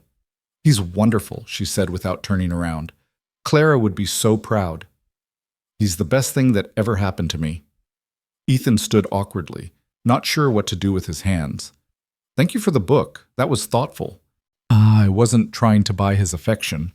Vivian finally turned to face him. "I know how that must look, rich aunt swooping in with expensive gifts. But I saw it in a bookstore window and thought of what he'd said about Saturn, and I wanted him to know I was listening." "I know, and he loved it, really." Ethan gestured to the small kitchen table. "Do you want coffee? I should warn you, it's not fancy." "Coffee sounds perfect." They sat across from each other while the coffee brewed, the silence stretching uncomfortably. Finally, Vivian spoke. I've been thinking about Clara's letter, about what she wrote regarding Lucas's inheritance. I've been thinking about it too. Ethan poured coffee into mismatched mugs. And I don't know what to do. Part of me wants to refuse all of it, to prove I can raise Lucas without heart money, but that's pride talking, not sense. Can I be honest with you? Please. I think you're looking at this wrong. Vivian wrapped her hands around her mug. You see the heart money as something that corrupted my family, something Clara ran from, and you're not entirely wrong, but the money itself wasn't the problem. It was how my father used it, as control, as leverage, as a way to own people. Sounds pretty corrupting to me. It can be, but it doesn't have to be. Vivian leaned forward. Money is a tool. My father used it as a weapon. Clara used it to buy her freedom. You could use it to give Lucas opportunities, not to make him spoiled or entitled, but to open doors. What kind of doors? Good schools where he'd be challenged, travel to see the world, art classes, music lessons, whatever interests he develops, college without debt. Vivian's voice was earnest. The chance to pursue his dreams without worrying about money the way you had to. Ethan thought about his own childhood, about wearing the same 3 shirts to school because his parents couldn't afford more, about skipping meals to save money, about choosing a cheaper college because it was all he could manage even with loans. I don't want him to be soft, he said. I want him to understand the value of work, of earning things. Then teach him that. Set boundaries, give him chores, make him understand that privilege comes with responsibility. Vivian's eyes were intense. But don't make him struggle just because you did. That's not character building, Ethan. That's just needless hardship. You sound like you've thought about this a lot. I have. Because when Clara disappeared, I inherited everything she left behind. Her trust fund, her share of the company, all of it. And I spent years wondering if I should give it away, if keeping it made me complicit in our father's sins. She took a sip of coffee. But then I realized that money could do good if I used it right. So I donate to causes Clara would have cared about. I fund scholarships for kids who want to study art. I try to be the kind of person she would have been proud of. And you think I should do the same? Use Clara's money to honor her memory? I think you should use it to give Lucas the life Clara wanted him to have. Not a life of excess or entitlement, but a life of possibility. Vivian set down her mug. And I think you should let me be part of that. Not as someone trying to take over or control things, but as family. As someone who loved Clara and wants to love her son. The word hung between them. Family. It was such a loaded concept. More complicated than DNA. More fraught than simple affection. What does that look like? Ethan asked. You being part of Lucas's life? I don't know. We'd figure it out together. Vivian's voice was tentative. Maybe I come to his soccer games sometimes. Maybe we have dinner once a month. Maybe when he's older I can tell him stories about Clara that you don't know. About her childhood, her dreams, the person she was before she became Sarah. He'll have questions. About why his mother left. Why she lied. Why she never told us about her family. Then we answer them honestly. Age-appropriately, but honestly. Vivian met his eyes. Kids are more resilient than we give them credit for, and they can handle complicated truths better than adults sometimes. Ethan thought about the safe deposit box in Seattle, about whatever documents Clara had left for Lucas when he was older. She left something for him. Explanations, I think, about the Hart family and why she left. She said to give it to him when he's ready. When do you think that will be? I have no idea. 12? 16? 21? Ethan ran his hands through his hair. How do you explain to a kid that his mother faked her identity and lied to everyone for 7 years? You start by explaining that she did it because she was brave enough to choose her own life, even when it was hard. Vivian's voice was firm. You make sure he understands that Clara's lies weren't about him or you. They were about surviving a family that tried to cage her. And what about your father, Lucas's grandfather? Do I tell him about the man who was so controlling that his own daughter had to disappear? Vivian flinched. My father was complicated. He built an empire from nothing, which I respect, but he never learned that people aren't assets to be managed, especially not his own children. She paused. When you do tell Lucas about him, I hope you'll also tell him that not all hearts are like that some of us learned from those mistakes. Are you including yourself in that? I'm trying to. Vivian's smile was sad. I spent so many years trying to be the perfect heart daughter, doing everything father wanted, thinking that if I was good enough, successful enough, he'd ease up on Clara. But it didn't work. It just made Clara feel more alone. She wrote about you in her journal, said you tried to protect her. Not well enough. The guilt in Vivian's voice was palpable. I should have fought harder, should have stood up to father, even if it meant losing everything. Maybe if I had, Clara wouldn't have felt like she needed to run. Or maybe she still would have. Some people are just built to rebel.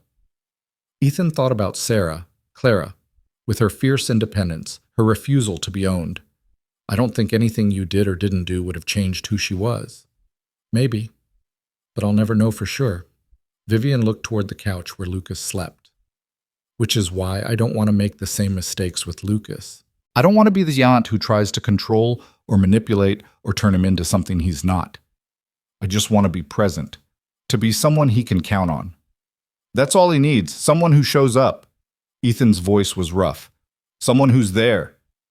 They sat in comfortable silence for a while, the afternoon sun slanting through the windows. Finally, Ethan spoke. Okay? Okay? Okay, you can be part of his life, part of our lives. The words felt momentous, like opening a door he'd been keeping locked. But we do this slowly. We don't tell Lucas about the inheritance yet, or the Heart Empire, or any of it. We just let him know you as Aunt Vivian, who brings books and answers questions about stars. I can do that. Relief flooded Vivian's face. Thank you, Ethan. You have no idea what this means to me. I think I do. He looked at her, really looked, and saw the loneliness beneath the polished exterior. You lost your sister 13 years ago, and then you found out she'd been alive this whole time, building a life you never got to be part of. That has to hurt. It does. But finding Lucas, knowing that Clara was happy, that she had love and a family, that helps. Vivian's voice broke slightly. I spent so many years imagining the worst, that she was dead in a ditch somewhere, or living on the streets, or trapped in some terrible situation. Knowing she had 7 good years with you and Lucas, knowing she got to be a mother, that's more than I ever hoped for. Lucas stirred on the couch, blinking sleepily. Is Aunt Vivian still here? Still here, Vivian called back. Did you have a good nap? Yeah, Lucas sat up, his hair sticking up at odd angles. Can we read more of the space book? Actually, I have an idea. Vivian pulled out her phone. There's a planetarium about 30 minutes from here. They have a show at 4 o'clock about black holes. Would you like to go? Lucas's face lit up. Really? Can we, Daddy? Please? Ethan wanted to say no, to keep the boundaries clear, to not let Vivian sweep in and become the fun aunt with unlimited resources. But he looked at his son's eager face and Vivian's hopeful expression, and he couldn't find a good reason to refuse. Okay, but we're buying our own tickets. Deal. Vivian smiled, and for the first time since Ethan had met her, it reached her eyes. The planetarium was crowded with families, kids pressing their faces against displays of moon rocks and meteorites. Lucas was in heaven, dragging both adults from exhibit to exhibit, asking questions faster than they could answer them. In the darkened theater, when the dome overhead filled with stars, and the narrator began explaining the physics of black holes, Lucas reached out and grabbed both Ethan's hand and Vivian's, holding them tight. Ethan glanced over at Vivian in the darkness and saw tears streaming down her face. She mouthed, "Thank you," across Lucas's head, and Ethan nodded, his own throat too tight to speak. This was what Clara had wanted, he realized. Not the money or the inheritance or the connection to the Hart legacy. She'd wanted Lucas to be loved, to be surrounded by people who would show up for him, who would take him to planetariums and answer his questions and hold his hand in the dark. After the show, they got ice cream at a shop near the planetarium. Lucas ordered a cone with 3 scoops and rainbow sprinkles, talking nonstop about gravitational singularities and event horizons. Vivian listened with genuine interest, asking follow-up questions and admitting when she didn't understand something. "You're good with him," Ethan said quietly while Lucas was distracted by his ice cream. "He makes it easy. He's so curious and open and kind. Vivian watched Lucas with undisguised affection. Clara would have loved seeing him like this. She did, for 3 years. The words came out more bitter than Ethan intended. Then some drunk driver took that away from both of them. Vivian's expression shifted, becoming more guarded. About that, my security team finished reviewing the accident report. Ethan's stomach dropped. And? And it was exactly what the police said. A tragic accident. The other driver was 3 times over the legal limit, ran a red light, died on impact. There's no conspiracy, no foul play, nothing suspicious. She paused. I'm sorry I made you worry about that. I was being paranoid. No, I'm glad you checked. I needed to know for sure. Ethan felt a weight lift that he hadn't realized he'd been carrying. At least now I know it was just bad luck. Not someone from her past catching up with her. Just bad luck, Vivian repeated, but something in her tone made Ethan look at her more closely. What aren't you telling me? Nothing. It's just... She hesitated. The lawyer, Richard Chen. He said Clara came to see him 4 years ago to set up the trust and the letter. That was only a year before she died. So? So I'm wondering what prompted it. Why, after 3 years of living as Sarah Cole, did she suddenly decide to put her affairs in order?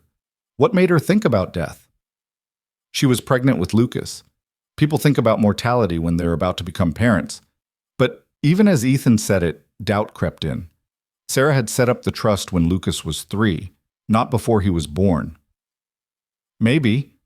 Vivian didn't sound convinced. Or maybe something happened, something that made her worry her past was catching up with her. The accident report said, I know what it said, and I believe it. Vivian's voice was firm. I'm not suggesting anything sinister, Ethan. I'm just saying that Clara was scared of something 4 years ago, scared enough to plan for the worst. Lucas chose that moment to drop his ice cream cone, erupting into tears. The conversation was forgotten as they dealt with the crisis, buying a replacement cone and cleaning chocolate ice cream off his shirt. By the time they got back to the apartment, it was nearly 7, and Lucas was exhausted from the day's excitement. Can Aunt Vivian help put me to bed? He asked through a yawn. Ethan glanced at Vivian, who looked like she might cry again. If she wants to. I'd love to. They went through the bedtime routine together, pajamas, teeth brushing, the nightly negotiation over how many stories Lucas could have. Vivian read from the astronomy book she'd brought, her voice soft and soothing. Lucas was asleep before she finished the 2nd chapter. He looks so peaceful, Vivian whispered, standing over the sleeping child. So innocent. He is, and I want to keep him that way as long as possible. Ethan ushered her out of the room, leaving the door cracked, which is why we're not telling him about billions of dollars or corporate empires or any of that until he's old enough to handle it. I understand, and I agree. Vivian collected her purse, preparing to leave. Thank you for today, for letting me be part of this. It means everything. He likes you, and honestly, I think you're good for him. He needs people besides me. The admission was harder than Ethan expected. I've been so focused on protecting him that I forgot he needs more than just protection. He needs family. And you? Vivian paused at the door. What do you need? The question caught Ethan off guard. I need Lucas to be okay. That's all that matters. That's not what I asked. Her eyes were too perceptive. When's the last time you did something for yourself? Went on a date? Saw friends? Had a life that wasn't just work and parenting? I don't have time for that. Maybe you should make time. Clara wouldn't want you to spend the rest of your life alone, throwing everything into Lucas and ignoring your own needs. I'm fine. You're surviving. There's a difference. Vivian's voice was gentle. And before you tell me to mind my own business, remember that Clara wrote in her letter that she hoped you'd find someone new. She wanted you to be happy, Ethan. Not just functional, but actually happy. I'll work on that after Lucas is grown and out of the house. That's 17 years from now. That's a long time to put your life on hold. She touched his arm briefly. Just think about it, okay? After she left, Ethan stood in his quiet apartment, her words echoing in his head. When was the last time he'd thought about his own happiness? When was the last time he'd wanted anything beyond making sure Lucas had what he needed? He couldn't remember. That night, after Lucas was asleep, Ethan pulled out his laptop and did something he'd been avoiding. He looked up the Hart family online, reading articles about Jonathan Hart's business empire, about Vivian's rise to CEO, about Clara's mysterious disappearance that had never quite left the gossip columns. The photos shocked him. There were dozens of Clara at charity galas, at company events, at family gatherings. She always looked beautiful and miserable, her smile never reaching her eyes. And next to her in many of the photos was Vivian, polished and perfect, playing the role of dutiful daughter while her sister slowly suffocated. One article, published 6 months after Clara's disappearance, quoted Jonathan Hart. "My daughter made her choice. The Hart legacy will continue with or without her." Cold, dismissive. No wonder Clara had run. Another article, this one from 2 years ago when Jonathan Hart died, showed Vivian at the funeral. She stood alone at the grave, no family beside her, her face a mask of composure. The caption read, "Vivian Hart, sole heir to the Hart empire, lays her father to rest. Her sister Clara remains missing, whereabouts unknown." Ethan stared at that photo for a long time, understanding for the first time how truly alone Vivian had been. She'd lost her sister, her mother, her father. She'd been running a billion-dollar company by herself, carrying the weight of the Hart legacy with no one to share the burden. And now she'd found Lucas, found family, and Ethan had almost turned her away because of his own pride and fear. His phone buzzed with a text from Vivian. "Thank you again for today. Lucas is a gift. Sleep well." Ethan typed back. He had a great time. "Thank you for the book and the planetarium. Same time next Saturday?" The response came almost immediately. "I'd love that." "Good night, Ethan." He set the phone down and returned to the articles, reading everything he could find about Clara's disappearance, about the Hart family history, about the world his son was technically heir to. It was overwhelming and alien, a universe of wealth and power that Ethan had never imagined being part of. But it was Lucas's birthright, and whether Ethan liked it or not, that made it his responsibility to understand. He stayed up until 2 in the morning, researching and reading, trying to reconcile the Sarah he'd known with the Clara who stared out from these photographs. They were the same person, he told himself. The Sarah who'd laughed at his terrible jokes and burned dinner and loved him fiercely. She'd been real. Clara had simply been her name, but doubt lingered.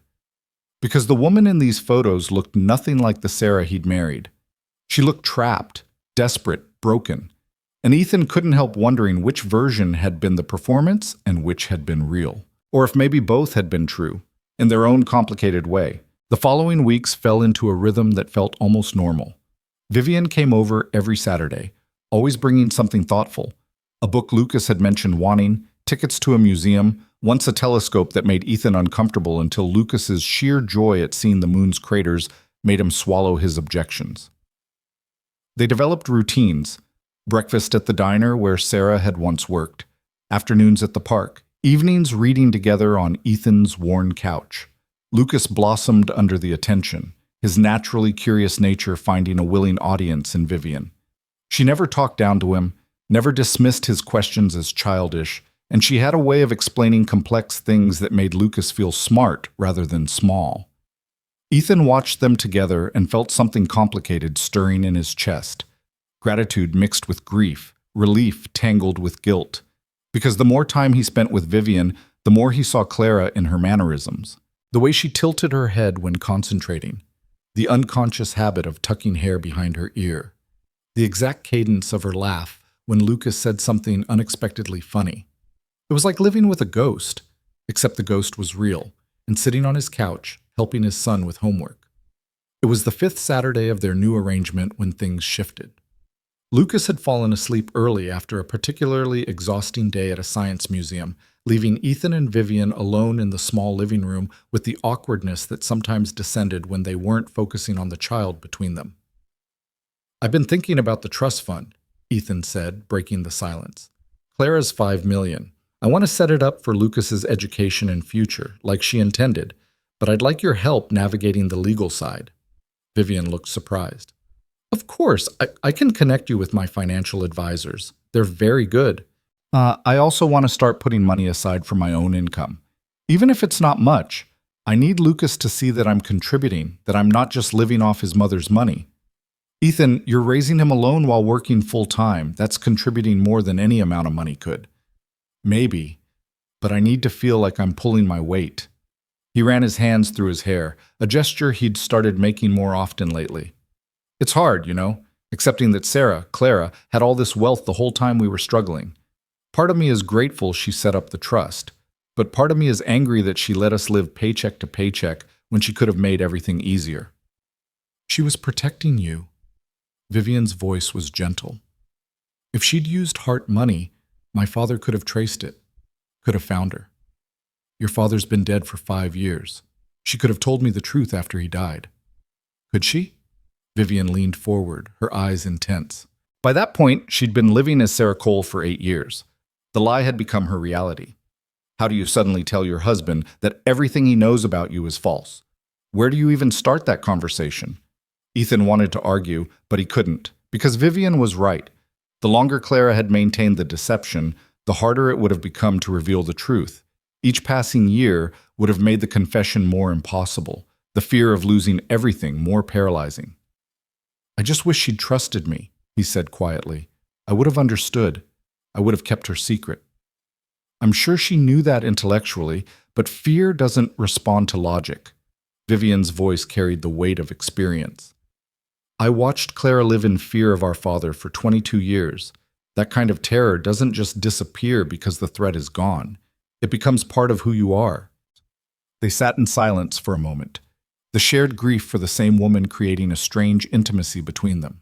Ethan was suddenly aware of how close Vivian was sitting, how her perfume, something subtle and expensive, filled the small space between them. Can I ask you something personal? Vivian's voice was hesitant. Sure. Do you ever think about dating again? It's been 3 years since Clara died. That's a long time to be alone. The question made Ethan uncomfortable. I'm not alone. I have Lucas. That's not the same thing, and you know it. Her eyes searched his face. Don't you miss having a partner? Someone to talk to at the end of the day? Someone to share things with? I barely have time to sleep, much less date. Between work and Lucas and now these Saturday visits, my schedule's pretty full. That's an excuse, not a reason. Maybe I don't want to date. The words came out sharper than intended. Maybe I'm fine with my life the way it is. Are you? Or are you just afraid of moving on because it feels like betrayal? Ethan stood abruptly, needing space. I think we should call it a night. Vivian rose as well, her expression apologetic. I'm sorry. I shouldn't have pushed. It's none of my business. No, it's not. But even as he said it, Ethan knew he was being unfair. She'd asked a legitimate question, one he'd been avoiding asking himself. At the door, Vivian paused. For what it's worth, I understand the guilt. I haven't dated anyone seriously since Clara disappeared. It felt wrong somehow, like I was living a life she couldn't have. That's different, is it? She met his eyes, and Ethan saw something there he'd been deliberately ignoring. We're both stuck, Ethan. Both of us holding on to someone who's gone, using that grief as an excuse not to move forward. After she left, Ethan poured himself a drink, whiskey from the cheap bottle he kept in the back of a cabinet, and tried not to think about what she'd said. But her words echoed in his head, mixing with Clara's letter, with the loneliness that sometimes hit him late at night when Lucas was asleep and the apartment felt too quiet. He missed having someone. Missed the simple comfort of another person in bed beside him, of shared morning coffee, of having someone who cared about his day. But every time he tried to imagine dating, he felt the weight of guilt pressing down on him. Clara had been gone 3 years, but it felt like a betrayal to even consider replacing her.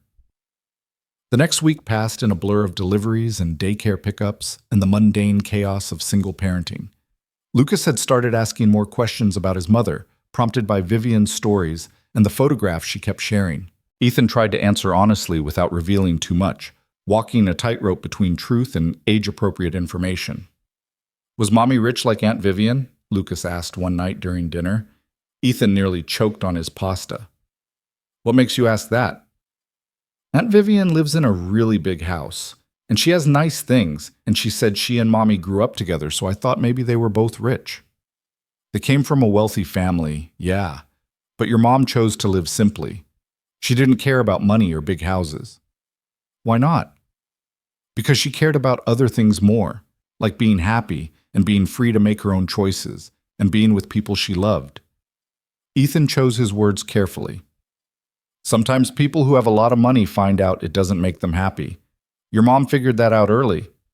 Lucas seemed to accept this, returning his attention to his spaghetti, but Ethan knew more questions would come. They always did.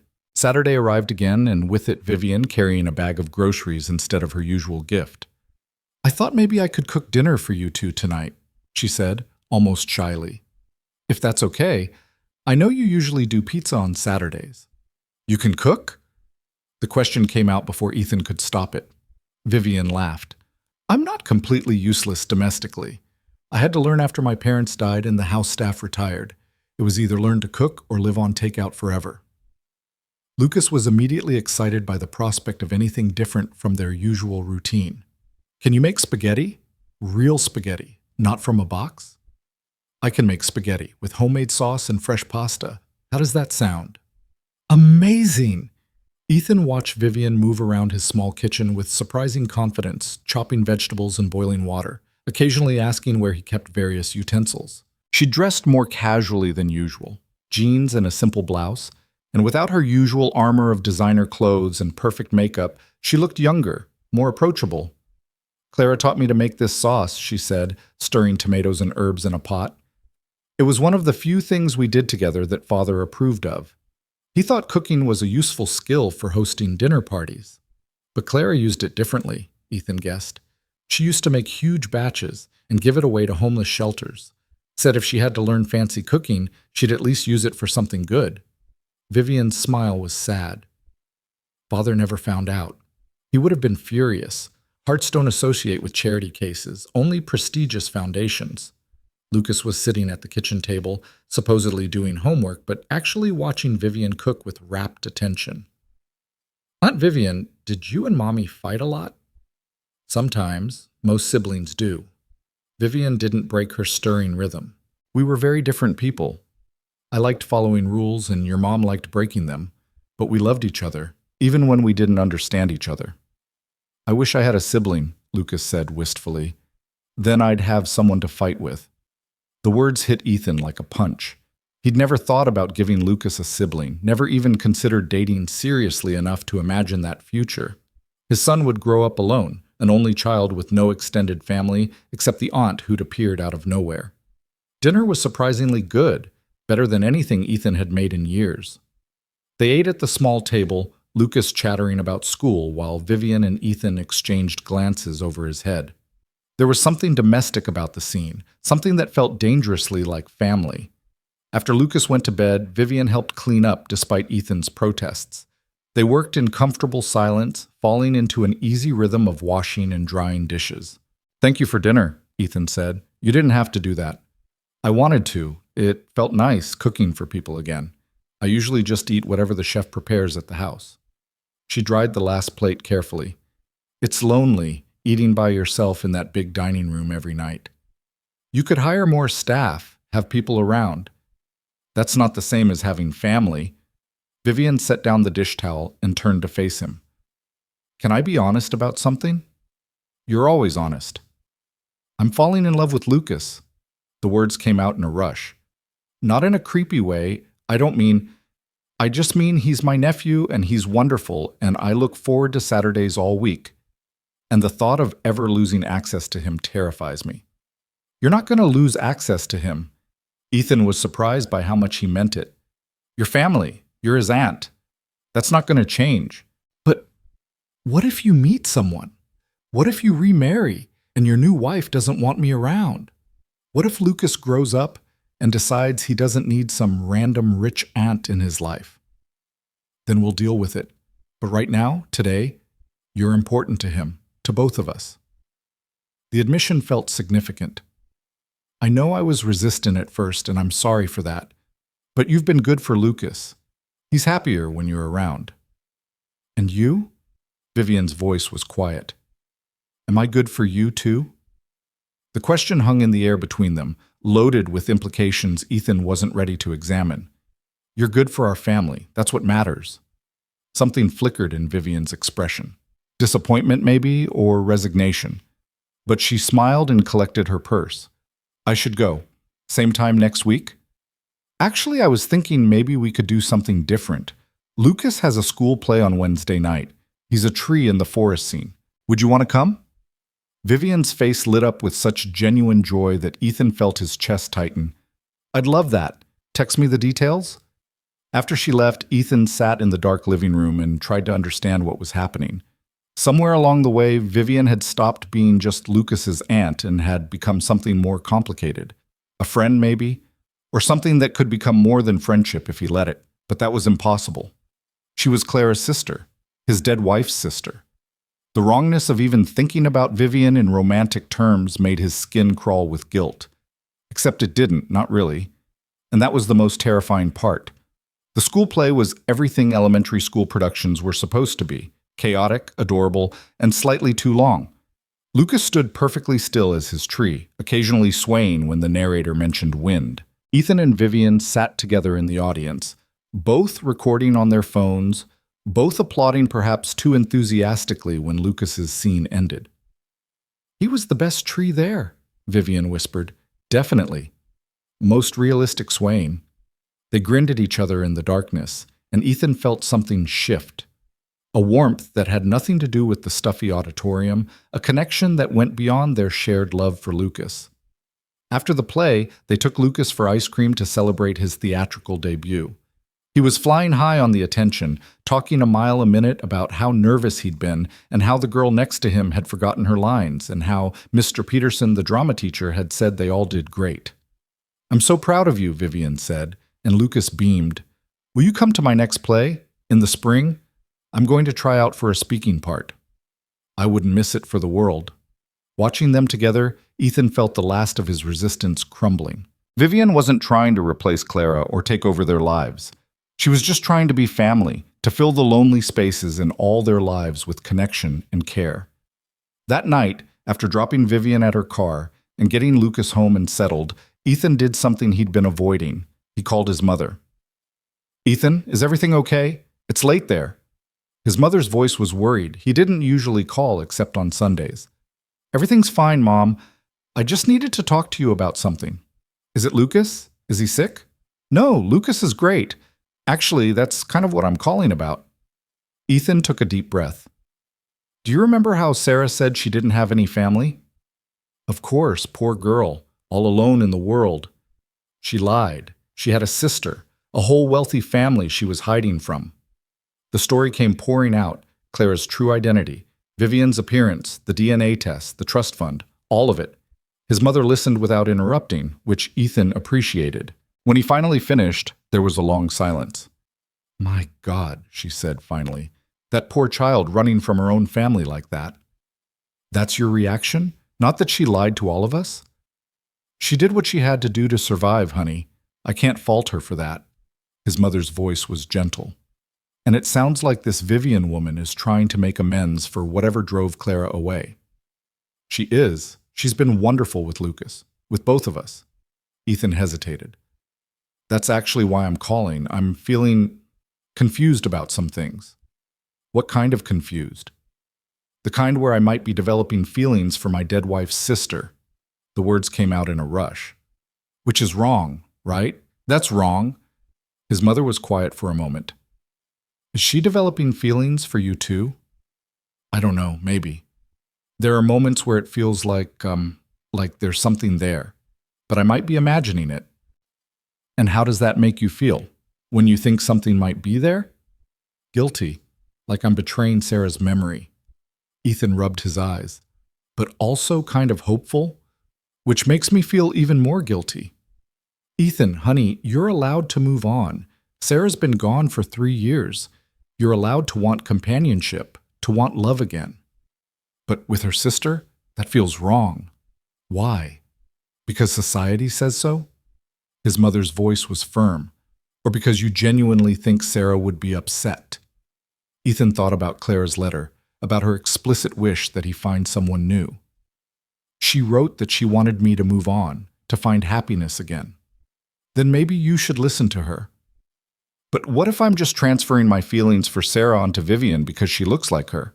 What if I'm using her as a replacement instead of seeing her as her own person? Are you? His mother's question was pointed. When you're with Vivian, are you thinking about Sarah or are you thinking about Vivian? Ethan considered this honestly. When had he stopped comparing them? When had Vivian become just Vivian instead of Clara's sister? It had been weeks ago, he realized. Somewhere between the planetarium and the school play, Vivian had become her own person in his mind. He noticed things about her that had nothing to do with Clara, the way she listened intently when people spoke, her dry sense of humor, the vulnerability she showed when she talked about her loneliness. I think about Vivian, he admitted, as herself, not as Sarah's replacement. Then maybe you have your answer. But Mom, what if it ruins everything? Well, what if we try something and it doesn't work out and then Lucas loses his aunt? What if it does work out? What if you both find something real? His mother's voice was gentle. You can't live your whole life afraid of what might go wrong, honey. Sometimes you have to take a risk. After they hung up, Ethan sat in the dark and thought about risk. He'd been playing it safe for 3 years, focusing only on Lucas, never looking ahead to a future that included more than just survival. But maybe it was time to be brave. Maybe it was time to want something for himself. The following Saturday, Vivian arrived to find Ethan acting strange. He was jumpy, distracted, kept starting sentences and not finishing them. Lucas noticed immediately. Are you okay, Daddy? You're being weird. I'm fine, buddy, just thinking about some stuff. Vivian and Lucas went to the park while Ethan stayed home, claiming he needed to catch up on chores. Really, he needed time to build up his courage for what he was planning to do. When they returned, Lucas was full of stories about the playground and how Vivian had pushed him on the swings for 20 minutes straight. Ethan made dinner while they talked, trying to act normal and mostly failing. After Lucas was in bed, Vivian lingered in the doorway like she had every week. But this time, Ethan didn't let her leave.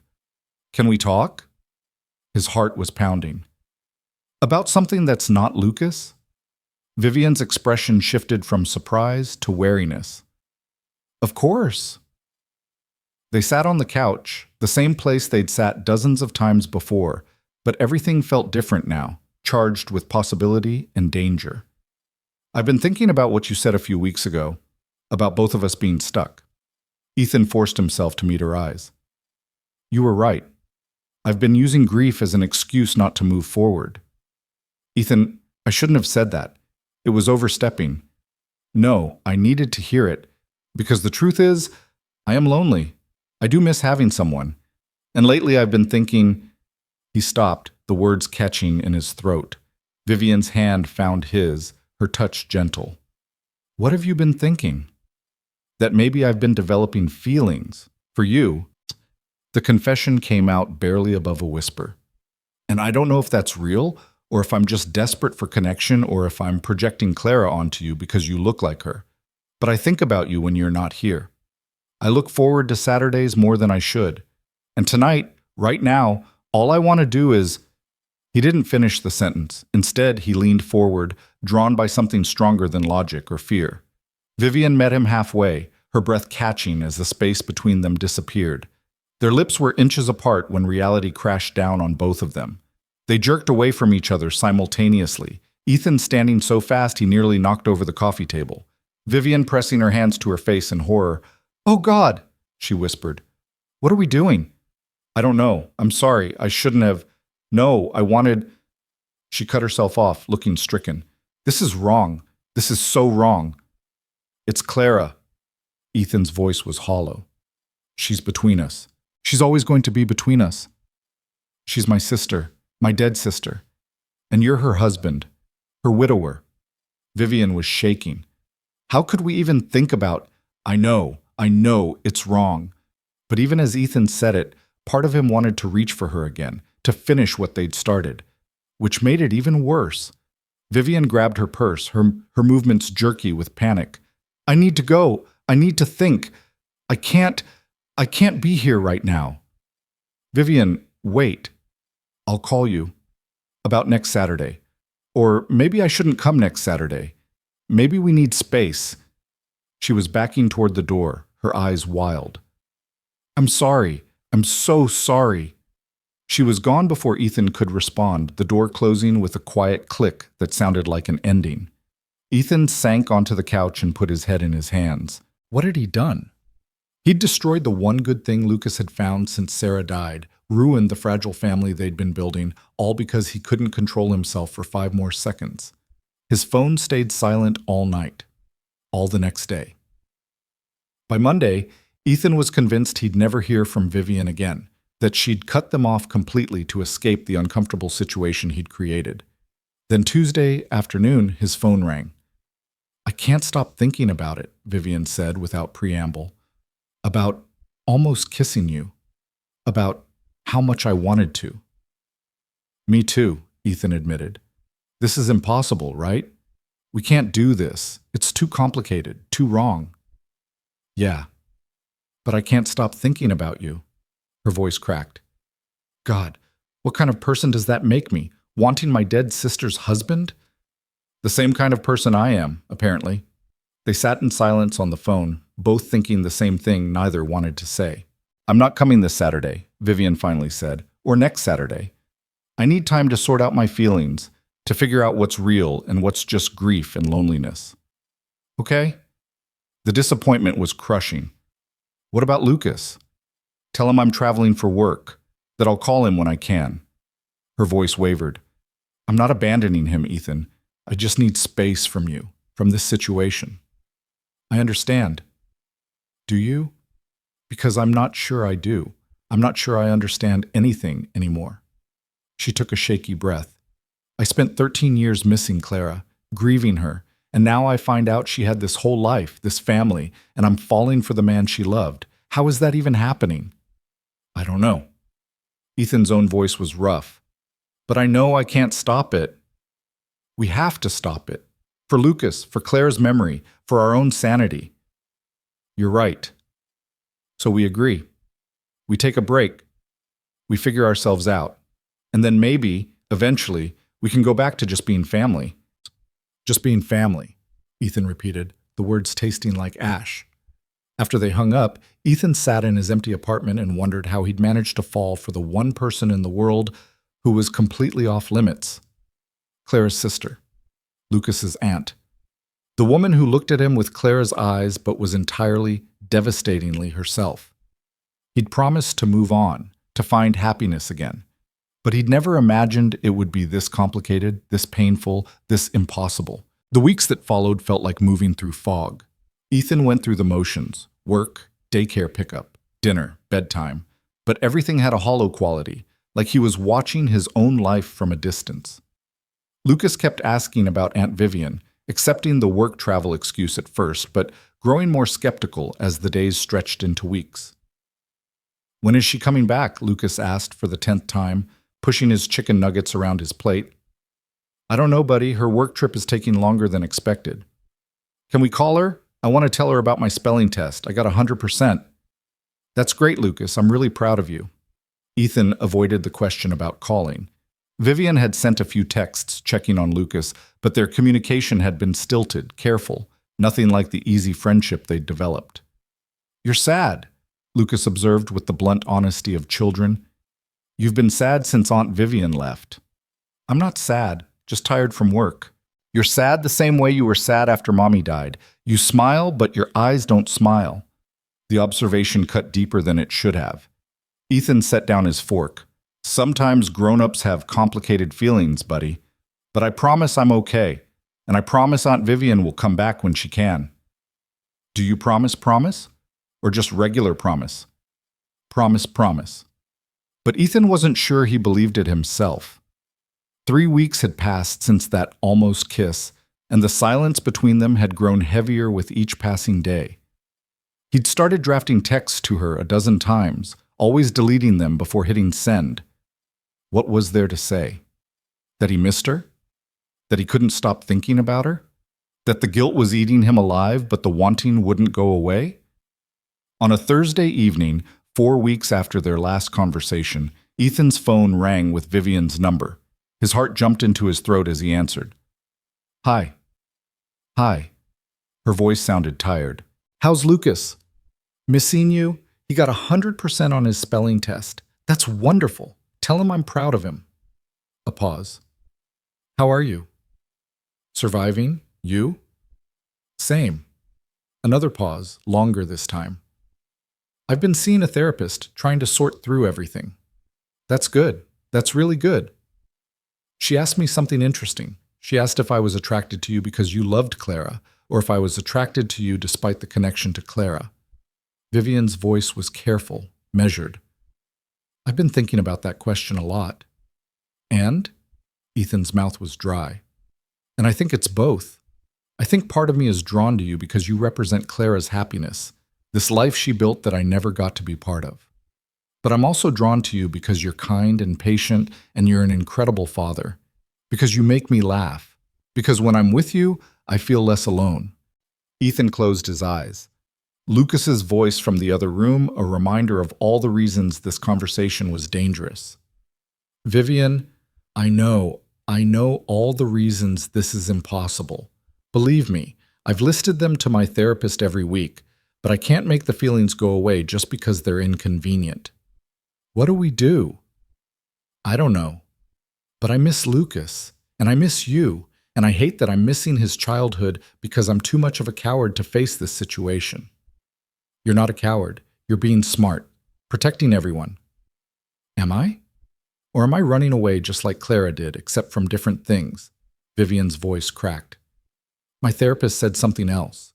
She said that sometimes the right thing and the easy thing aren't the same, and that avoiding pain doesn't make it go away. What are you saying? I'm saying I want to try, not jumping into anything, not rushing, but just being honest about what we're feeling. Seeing if there's something real here or if it's just grief and loneliness making us grasp at each other. Every logical part of Ethan's brain screamed that this was a terrible idea, but his heart, the part he'd been trying to ignore for weeks, surged with hope. What about Lucas? What do we tell him? The truth. Age appropriate, but the truth. That we care about each other, and we're trying to figure out what that means. Vivian's voice strengthened. And if it doesn't work out, we handle it like adults. We don't let it affect his relationship with me. We put him first, always. Always, Ethan agreed. Can I come over this Saturday? Like before? Yeah, Lucas will be thrilled. And you? The question was tentative, hopeful. Yeah, Ethan said quietly. Me too. Saturday morning, Lucas woke up buzzing with excitement. Is Aunt Vivian really coming? You're sure? I'm sure. She'll be here at 2. Can we make her lunch to show we missed her? They spent the morning attempting to make sandwiches that looked presentable, Lucas carefully arranging chips on plates and pouring juice into their nicest glasses. Ethan watched his son fuss over details and felt his chest tighten with love and fear in equal measure. Whatever happened with Vivian, Lucas's well-being had to come first. When the doorbell rang at 2 o'clock sharp, Lucas raced to answer it. Vivian stood in the hallway holding a small wrapped box, looking nervous in a way Ethan had never seen her. She'd dressed simply, jeans and a sweater, but she'd clearly taken care with her appearance. I missed you so much, Lucas said, throwing his arms around her waist. I missed you too, sweetheart. Vivian hugged him back, her eyes finding Ethan's over Lucas's head. The look that passed between them was electric, full of everything they hadn't said. They had lunch at the small table, Lucas monopolizing the conversation with everything Vivian had missed. His spelling test, a field trip to the fire station, a new friend named Marcus who collected rocks. Vivian listened with complete attention, asking questions and laughing in all the right places, but Ethan could feel the tension humming beneath the surface. After lunch, Lucas wanted to show Vivian a Lego spaceship he'd built. While they worked on adding modifications in the living room, Ethan cleaned up the kitchen and tried to calm his racing heart. This was happening. They were really going to try this. Around 4, Lucas started yawning. The excitement of Vivian's return, combined with his active morning, had worn him out. Why don't you rest for a bit, buddy? Ethan suggested. You can watch a movie in your room. But Aunt Vivian just got here. I'll still be here when you wake up, Vivian promised. I'm not going anywhere. Once Lucas was settled with the movie, Ethan and Vivian finally had the conversation they'd been avoiding. They sat on opposite ends of the couch, a careful distance between them, both afraid to get too close. "I've been thinking about what you said," Ethan started, "about trying, and I want to, but I'm terrified." "Me too." Vivian's hands twisted in her lap. "Terrified of messing this up, of hurting Lucas, of disrespecting Clara's memory. My mom said something that's been stuck in my head. She asked if I thought Sarah would be upset about us." "What did you say?" "I said I didn't know.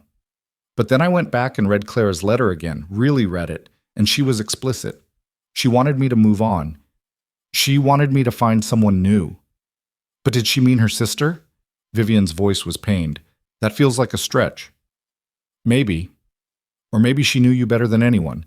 Maybe she knew that if anyone could understand what it means to love her and lose her, it would be you." Ethan shifted slightly closer. "We're not replacing her, Vivian. We're both carrying her with us. Maybe that's exactly why this could work. Or maybe that's exactly why it won't. How do we build something new when we're both drowning in grief for the same person?" "I don't know, but I know I haven't felt this alive in 3 years. And I know that when you're not here, everything feels dimmer." Ethan took a breath. "I know it's complicated and messy and possibly a disaster waiting to happen, but I also know I want to try." Vivian was crying now, silent tears tracking down her cheeks. "I'm so scared of losing you both. If we try this and it fails, I lose Lucas too. And I can't survive losing another person I love." "Then we don't fail. We communicate, we're honest, we put Lucas first, and we don't fail." Ethan reached across the space between them, offering his hand. "We take it slow. We're careful. And we don't make promises we can't keep." Vivian stared at his outstretched hand for a long moment before taking it. The contact sent electricity up Ethan's arm, a feeling he'd almost forgotten existed. "Slow," she agreed. "Careful. Lucas first. Always Lucas first." They sat holding hands like teenagers, neither sure what came next. Finally, Vivian spoke. "Can I tell you something I've never told anyone?" "Anything." "When Clara disappeared, I was angry with her. Furious, actually. She left me alone to deal with Father, to run the company, to manage everything. And part of me hated her for it, even while I was terrified something terrible had happened to her." Vivian's voice shook. "When I found out she'd died, my first feeling was relief. Relief that I finally had an answer, that the wondering was over. And I've carried that guilt ever since." "What kind of person feels relieved that their sister is dead?" "The kind who spent 13 years in limbo, not knowing if she was alive or suffering or happy somewhere without you." Ethan squeezed her hand. "Grief isn't logical, Vivian. Neither is relief. I've spent so much of my life trying to be perfect. The perfect daughter, the perfect CEO, the perfect heart. And with you and Lucas, I just want to be myself, flawed and messy and figuring it out as I go. That's all we are, flawed and messy." Ethan managed to smile. "We're kind of perfect for each other that way." The movie in Lucas's room ended and they heard him stirring. They pulled apart quickly, the spell broken but not forgotten. Lucas emerged, rubbing his eyes. "Are you guys being weird again?" Ethan and Vivian exchanged glances, and something passed between them. A decision, an agreement, a leap of faith. "Buddy, can we talk to you about something?" Ethan pulled Lucas onto his lap. "Something kind of grown up?" Lucas's eyes went wide. "Am I in trouble?" "No, nothing like that. But Aunt Vivian and I need to tell you something, and we need you to be honest about how you feel about it." Vivian moved closer, her hand finding Lucas's small one. "You know how your daddy and I have been spending a lot of time together? Because you're my aunt, and daddy is my daddy." "Right. But we've also become friends, good friends. And sometimes when grown-ups are good friends, they start to have special feelings for each other." Lucas looked between them, his 6-year-old brain working to understand. "Like boyfriend-girlfriend feelings?" "Maybe. We're not sure yet. But we wanted you to know that we're going to try to figure it out together." Ethan kept his voice gentle. "How do you feel about that?" "Is Aunt Vivian going to be my new mommy?" "No," Vivian said firmly. Your mommy was special and irreplaceable. No one will ever be your mommy except her. But I could be someone else in your life, someone who cares about you and your daddy very much. Lucas thought about this seriously. Would you still be my aunt? Always. That won't change no matter what. And you won't go away again? On long work trips? Not if I can help it. Vivian's voice caught. I missed you too much. Okay then. Lucas seemed satisfied with this explanation. Can we have pancakes for dinner? Just like that, the moment of tension passed. Children had a way of accepting the complicated and moving on to the immediate, and right now the immediate concern was pancakes. They made dinner together, the three of them crowded into the small kitchen, flour everywhere, and Lucas more hindrance than help. But there was laughter, real laughter, and for the first time in weeks, Ethan felt like he could breathe. After Lucas was in bed, Vivian reading him 2 chapters from the astronomy book, they returned to the couch, sitting closer than before but still careful. That went better than I expected, Vivian said. Kids are adaptable. It's adults who make things complicated. Speaking of complicated, Vivian turned to face him. What now? Do we date? Do we just keep doing what we've been doing? What does slow and careful actually look like? I think it looks like this. Saturday visits, family dinners, getting to know each other without the panic of almost kissing hanging over us. Ethan smiled. We're already doing most of it. We just acknowledge that there's something more building. And when do we tell people? Your family? My friends? When we're ready? When we're sure this is real and not just 2 lonely people grasping at comfort. Vivian nodded slowly. My therapist said something else. She said the best relationships are built on friendship first. That rushing to romance often means skipping the foundation. Then we build the foundation. We take our time. Ethan reached for her hand again, the gesture already becoming familiar. No pressure, no expectations, just us figuring it out. Just us figuring it out, Vivian repeated, and for the first time since that almost kiss, she smiled without the shadow of guilt behind it. The following weeks fell into a new rhythm. Vivian came over twice a week now, Saturdays and Wednesdays after work. They cooked dinner together, helped Lucas with homework, watched movies on the couch with Lucas between them. To an outside observer, they might have looked like a family, but they moved carefully around the undefined space between friendship and something more. Ethan found himself looking forward to Vivian's visits with an intensity that both thrilled and terrified him. He noticed small things about her, how she hummed while cooking, the way she unconsciously touched her necklace when nervous, the particular shade of gold her eyes turned in lamplight. These were Vivian's details, not Clara's, and he cataloged them carefully. One evening, about 6 weeks into their new arrangement, Vivian arrived with news. I've been thinking about something Lucas said, about wishing he had a sibling. Ethan looked up from the vegetables he was chopping. Okay. Obviously, I can't give him that, but I could give him cousins. She rushed on before Ethan could respond. The Hart estate includes a summer house on Martha's Vineyard. It's been sitting empty since my parents died. I was thinking of opening it up, maybe hosting a family reunion of sorts. What family? I thought you and Clara were it. We have cousins. Second cousins, actually. Father kept them at arm's length because they weren't direct line Harts. But they exist. There are kids Lucas's age, teenagers, young adults, a whole branch of the family that got frozen out because of Father's pride. And you want to reconnect with them? I want Lucas to have family beyond just us. I want him to know he comes from somewhere, that he has roots and connections. Vivian set down her purse. And selfishly, I want to stop being alone in that big house. I want noise and chaos and people who don't expect me to be perfect all the time. Ethan considered this. What do you know about these cousins? Not much, but I've been doing research, making calls. Most of them are good people who got cut off through no fault of their own. They deserve to be part of the family again. And if they judge Lucas, if they judge you for wanting a relationship with your sister's widower, then they're not the kind of people I want in our lives anyway. Vivian's voice was firm. But I don't think they will.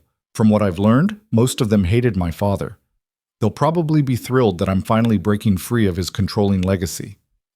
The word "our" hadn't escaped Ethan's notice. Our lives. Somewhere along the way, their lives had become intertwined, a plural instead of singular. When were you thinking of doing this reunion? Next month. Give everyone time to arrange travel. It would be a long weekend, Friday to Monday. She hesitated. I'd want you and Lucas there. Both of you, if you're comfortable with that. As what? Lucas's father and your friend? As my family, Vivian said simply. However we want to define that. Ethan set down his knife and turned to face her fully. You know people are going to talk. They're going to assume things, make judgments. Let them. I've spent my whole life caring what people think. I'm done with that. She moved closer, her eyes intense. I care what you think. What Lucas thinks. The rest is noise. Something shifted in that moment. Ethan reached out and cupped her face, his thumb brushing her cheekbone. She leaned into the touch, her eyes closing. I think about kissing you all the time, he admitted quietly. But I keep stopping myself because I'm not sure we're ready. When will we be ready? Vivian's eyes opened, searching his face. We've been building this foundation for weeks. At some point, we have to trust it's solid enough to support more. Are you saying you want me to kiss you? I'm saying I'm tired of waiting for permission that might never come. From ourselves, from Clara's ghost, from the universe. She moved even closer until they were breathing the same air. I'm saying that if we're going to do this, we need to actually do it. This time, when Ethan leaned in, neither of them pulled away. The kiss was tentative at first, both of them half expecting guilt or wrongness to crash down on them. But there was only rightness, the soft press of lips, the gentle exploration, the feeling of pieces clicking into place. When they finally broke apart, Vivian was crying again, but she was smiling too. No guilt? She whispered. No guilt, Ethan confirmed, surprised to find it true. Just rightness. Just rightness, she agreed and kissed him again. They were so absorbed in each other that they didn't hear Lucas's bedroom door open, didn't notice him padding out to the living room until his voice broke the spell. Are you guys kissing? They sprang apart like guilty teenagers. Lucas stood in his pajamas, clutching his stuffed dinosaur, looking more curious than upset. We are, Ethan admitted, because lying seemed worse than the truth. Is that okay with you? Lucas considered this with the seriousness of a judge. Does this mean Aunt Vivian is your girlfriend now? Maybe, if that's okay with you. Will she be here more often? Probably yes. And she'll still read me stories and help with homework? Of course, Vivian said, her voice thick with emotion. Then it's okay with me.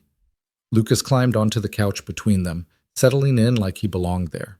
Can we watch a movie? The dinosaur one? Just like that, the moment was diffused. They queued up the movie, Lucas between them, and somewhere during the opening credits, Lucas fell asleep. Ethan and Vivian sat in the flickering light, hands linked behind Lucas's sleeping form, and everything felt possible. The month leading up to the family reunion passed in a blur of planning and nervous anticipation. Vivian threw herself into organizing, determined to do right by the relatives her father had shut out. Ethan helped where he could, mostly by keeping Lucas occupied while Vivian made endless phone calls and arrangements. Their relationship deepened naturally, kisses becoming more frequent but never rushed, conversations stretching late into the night after Lucas was asleep. They talked about everything, their fears, their hopes, their grief for Clara that would never fully disappear but was learning to coexist with new joy.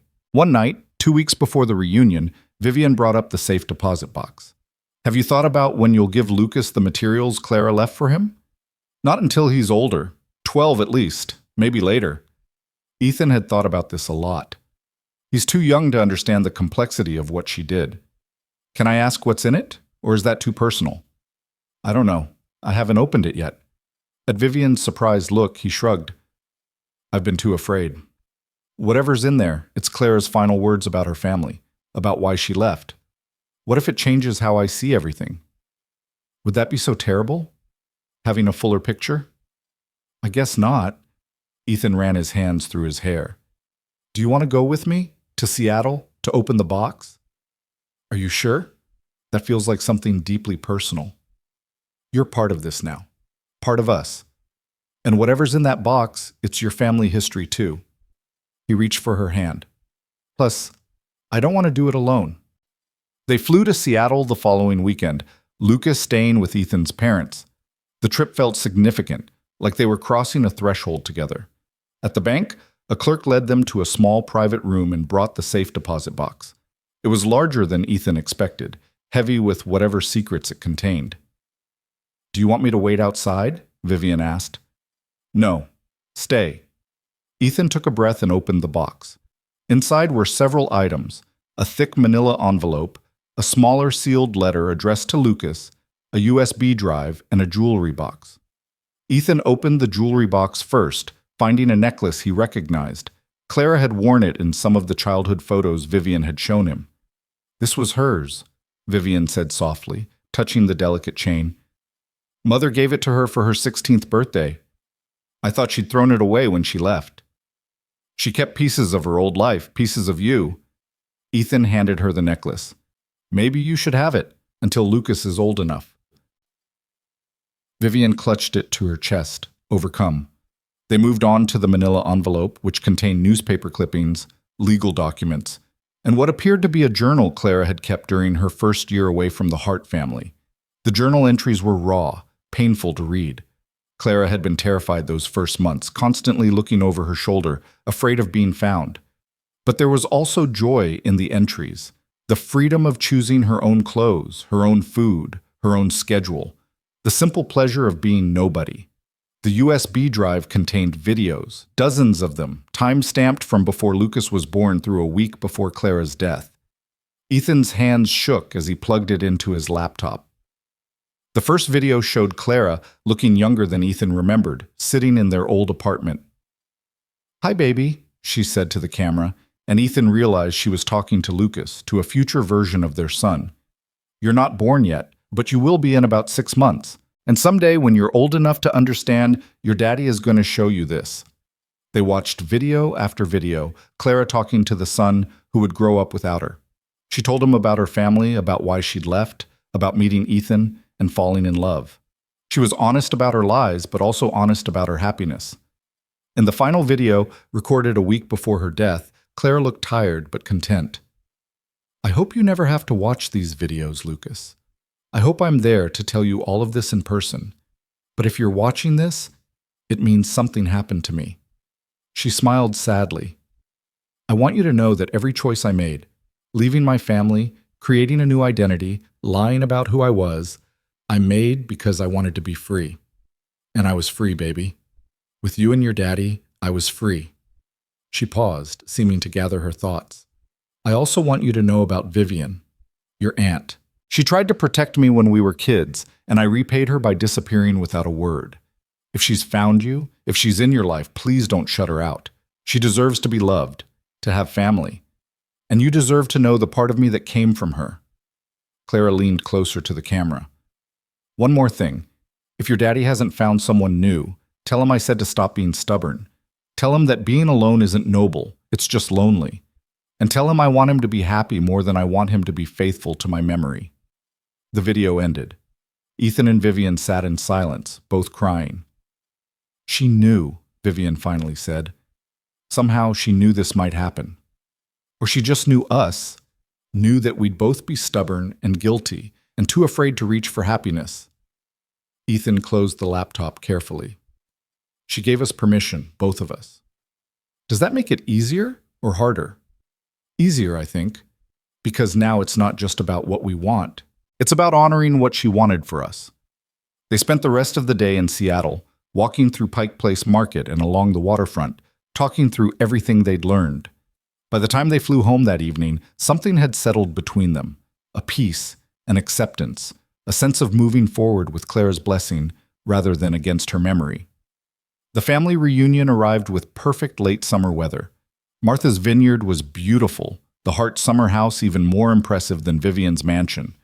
Extended family arrived throughout Friday afternoon, cousins and second cousins and their children, people Vivian barely knew but was determined to connect with. Lucas was in heaven, suddenly surrounded by kids of various ages who were all excited to meet him. He raced around the property with a pack of children, their laughter carrying through the open windows.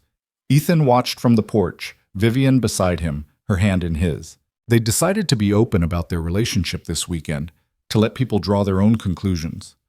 "You did good," Ethan said, gesturing to the chaos of happy family members. "This is exactly what Lucas needed." "It's what I needed too." Vivian leaned against him. "I spent so many years alone in that company, in that role. I forgot what it felt like to just be part of something bigger." That evening, after dinner, Vivian stood up and clinked her glass for attention. The room quieted, all eyes turning to her. "I want to thank you all for coming. I know many of you have complicated feelings about the Hart family, and you have every right to those feelings. My father was controlling and often cruel, especially to those he considered beneath him." She paused, her voice steady. "But I'm not my father, and I don't want to continue his legacy of isolation and control. I want to build something new, a family that actually feels like family." Murmurs of approval rippled through the room. Vivian continued, "I also want to introduce you to someone very special, my nephew, Lucas Cole." She gestured to where Lucas sat with the other kids. "Lucas is the son of my sister Clara, who many of you remember. Clara passed away 3 years ago, but she left behind this amazing little boy who deserves to know his family." More murmurs, these tinged with sympathy and curiosity. Lucas waved shyly from his seat. "And this is Ethan Cole, Lucas's father." Vivian's eyes found Ethan's across the room. "He's also someone who's become very important to me personally. We're figuring out what that means, but we wanted you all to know that we're building a life together, a family together." The room erupted in applause, some more enthusiastic than others, but mostly supportive. One of the cousins, a woman in her 40s named Margaret, raised her glass. "To new beginnings and chosen family," she toasted. "And to finally having a heart who understands that people matter more than power." They drank to that, and the evening continued with music and dancing and the kind of chaos that only happens when 3 generations of family gather under one roof. Ethan watched it all with a sense of wonder, thinking about how far they'd come from that first day when he'd stumbled into Vivian's mansion and seen Clara's portrait. Later that night, after Lucas was asleep upstairs with the other kids, Ethan and Vivian walked down to the beach. The moon was full, casting silver light across the water. "Thank you for being brave enough to do this," Ethan said. "The reunion, us, all of it. Thank you for giving me a chance. For not letting me run away when I got scared." Vivian stopped walking, turning to face him. "I love you. I know we said we'd take it slow, but I love you. And I love Lucas. And I need you to know that. I love you too." The words felt natural, right? And I think Clara would be happy, really happy. "You think so?" "I know so.